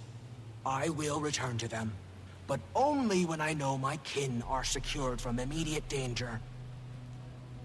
Let me roam on my own terms until then. I've only just adjusted to life without Iskarin's shackling gaze. Oh, what was the timeline I can learn of to when they trust left? Keith. I can learn to trust you. Tell her that you've got the heart of the obscure. I haven't fought like that in a few decades. Maintaining a facade absent magic has left my flame flickering and, delicate. Will you make sure Pokey is well while I recover? We'll tend to the cub, but don't get any ideas. Impossible. Oh my god, there's so much going on here. Hold on. Did she just suggest that she's... Maintaining a facade absent magic has left my flame flickering and delicate. What's she saying? She's saying pretending to not wield magic has diminished her, and she's been pretending to use minimal magic while living among these Coden for this time. Also, I'm really keen. What did she hint that she didn't like about Isgarin?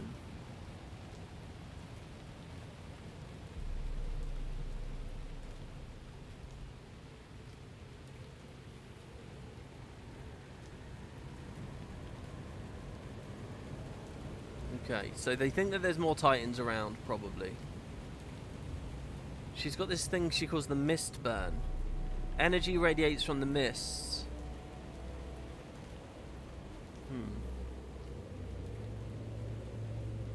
Okay. And we're being nice. We get a mini waiting sorrow here. Yeah, I like all of you guys in chat acting like you... absolutely everyone remembered the random code exactly first time through. I think this will be really fun on replay because I'll be able to track feeding Aurora.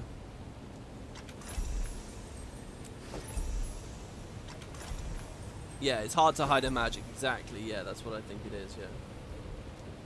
Okay. Commander, you're far more versed on the Astral Ward than we are. But you might owe us a bit of an explanation. Not your mess. It's hardly mine. I don't want to put you two in a tough spot. Please. You're traveling with the Imperator of the Ash Legion and a thief turned diplomat. We can do covert. With all the intel we've gathered so far, probably not far behind with our own assessments. I suppose. When I met with Frode back at Moon Camp, he told me to keep an eye out for their missing wizard. I've heard the name, but not much else. She left the Astral Ward on uncertain terms, which makes Iskarin nervous. Iskarin makes me nervous. Should we be afraid of her? Maybe caution over fear. Didn't strike me as dangerous when she threw herself in front of Pokey. We can do cautious, Commander.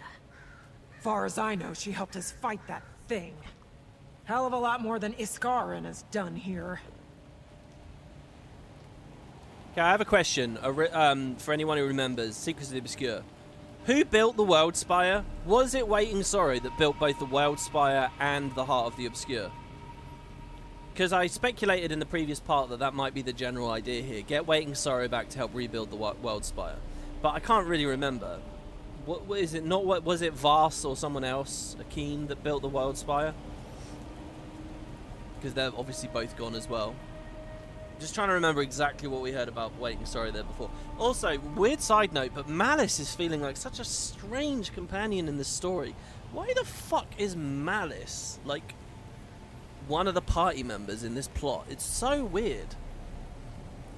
I can only think that she's gonna discover something throughout the course of this adventure and use it for her own ends back in the Ash Legion homelands by the end. I feel like if there's gonna be a bit of a twist, bad situation, it might be Malice sort of messing us over or something later. I don't know.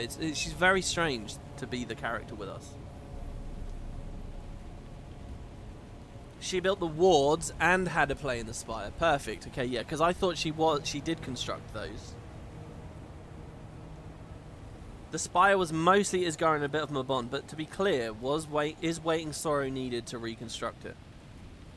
Isgarin and Mabon started it. The Forgotten Vast and Waiting Sorrow joined later. Not sure how early Akeem and the Jinn joined, but he was one of the earliest recruits. Malice is probably here because they wanted to char against Sightings. They got loads of char to pick from, though. They got loads of char. Malice is like, this is not our friend, right? We've had no amazing adventures with this character. It's an Ash Legion character. You know, assassination, backstabbing, subterfuge. They're kind of all the MO of the Ash Legion. This is a perfect character to betray us or pull one over on us, right? Like, they could have had Rox be here. Rox bouncing off of the Titans, right? They could have had Ritlock. Maybe there's voice actor considerations and stuff going on, right? But they have Malice. They could have had Krisha. Hell, they could have had Ephraim. Ephraim would have been an amazing thing to juxtapose with the Titans. Flame Legion as he is. They have Malice. So that's my thinking there, is that there's a plan for her to do something not so nice. Now, where'd she walk off to? What did she do? She's just sitting. No, let's talk. We speak now. You give me history. Very cool.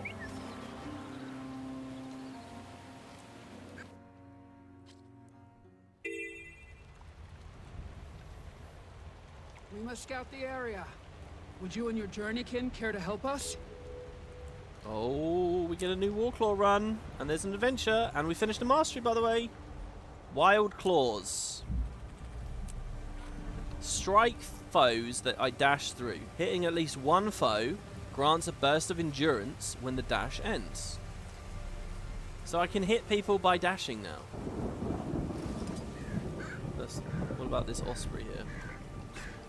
Oh, this is going to be like an ambient mob killer, isn't it? And what did it say? Gives me endurance. Oh, cool. So they could do adventures where I'm basically like dodging to earn more dodges, as long as I'm hitting mobs on the way. I'm a bit delayed there, but that's cool.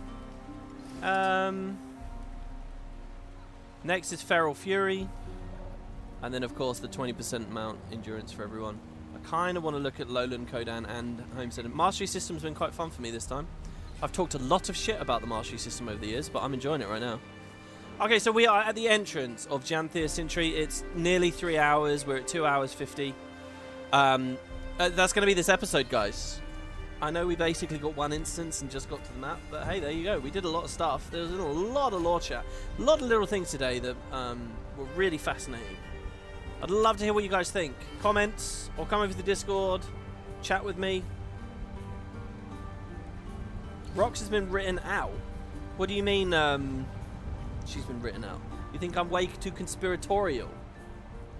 Malice, like Pather and the missing Coden Wizard, is not going to betray us. I don't know, dude.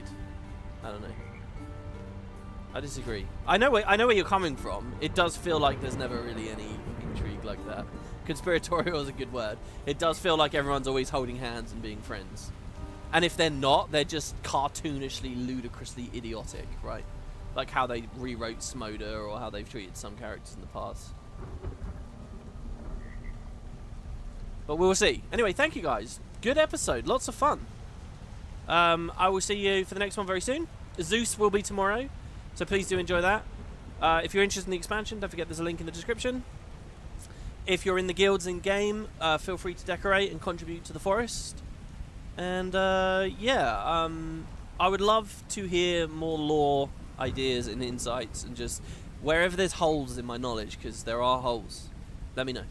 Thank you, everybody. Thank you for that donation, Escherman, as well. Thank you. $5, that's lovely of you.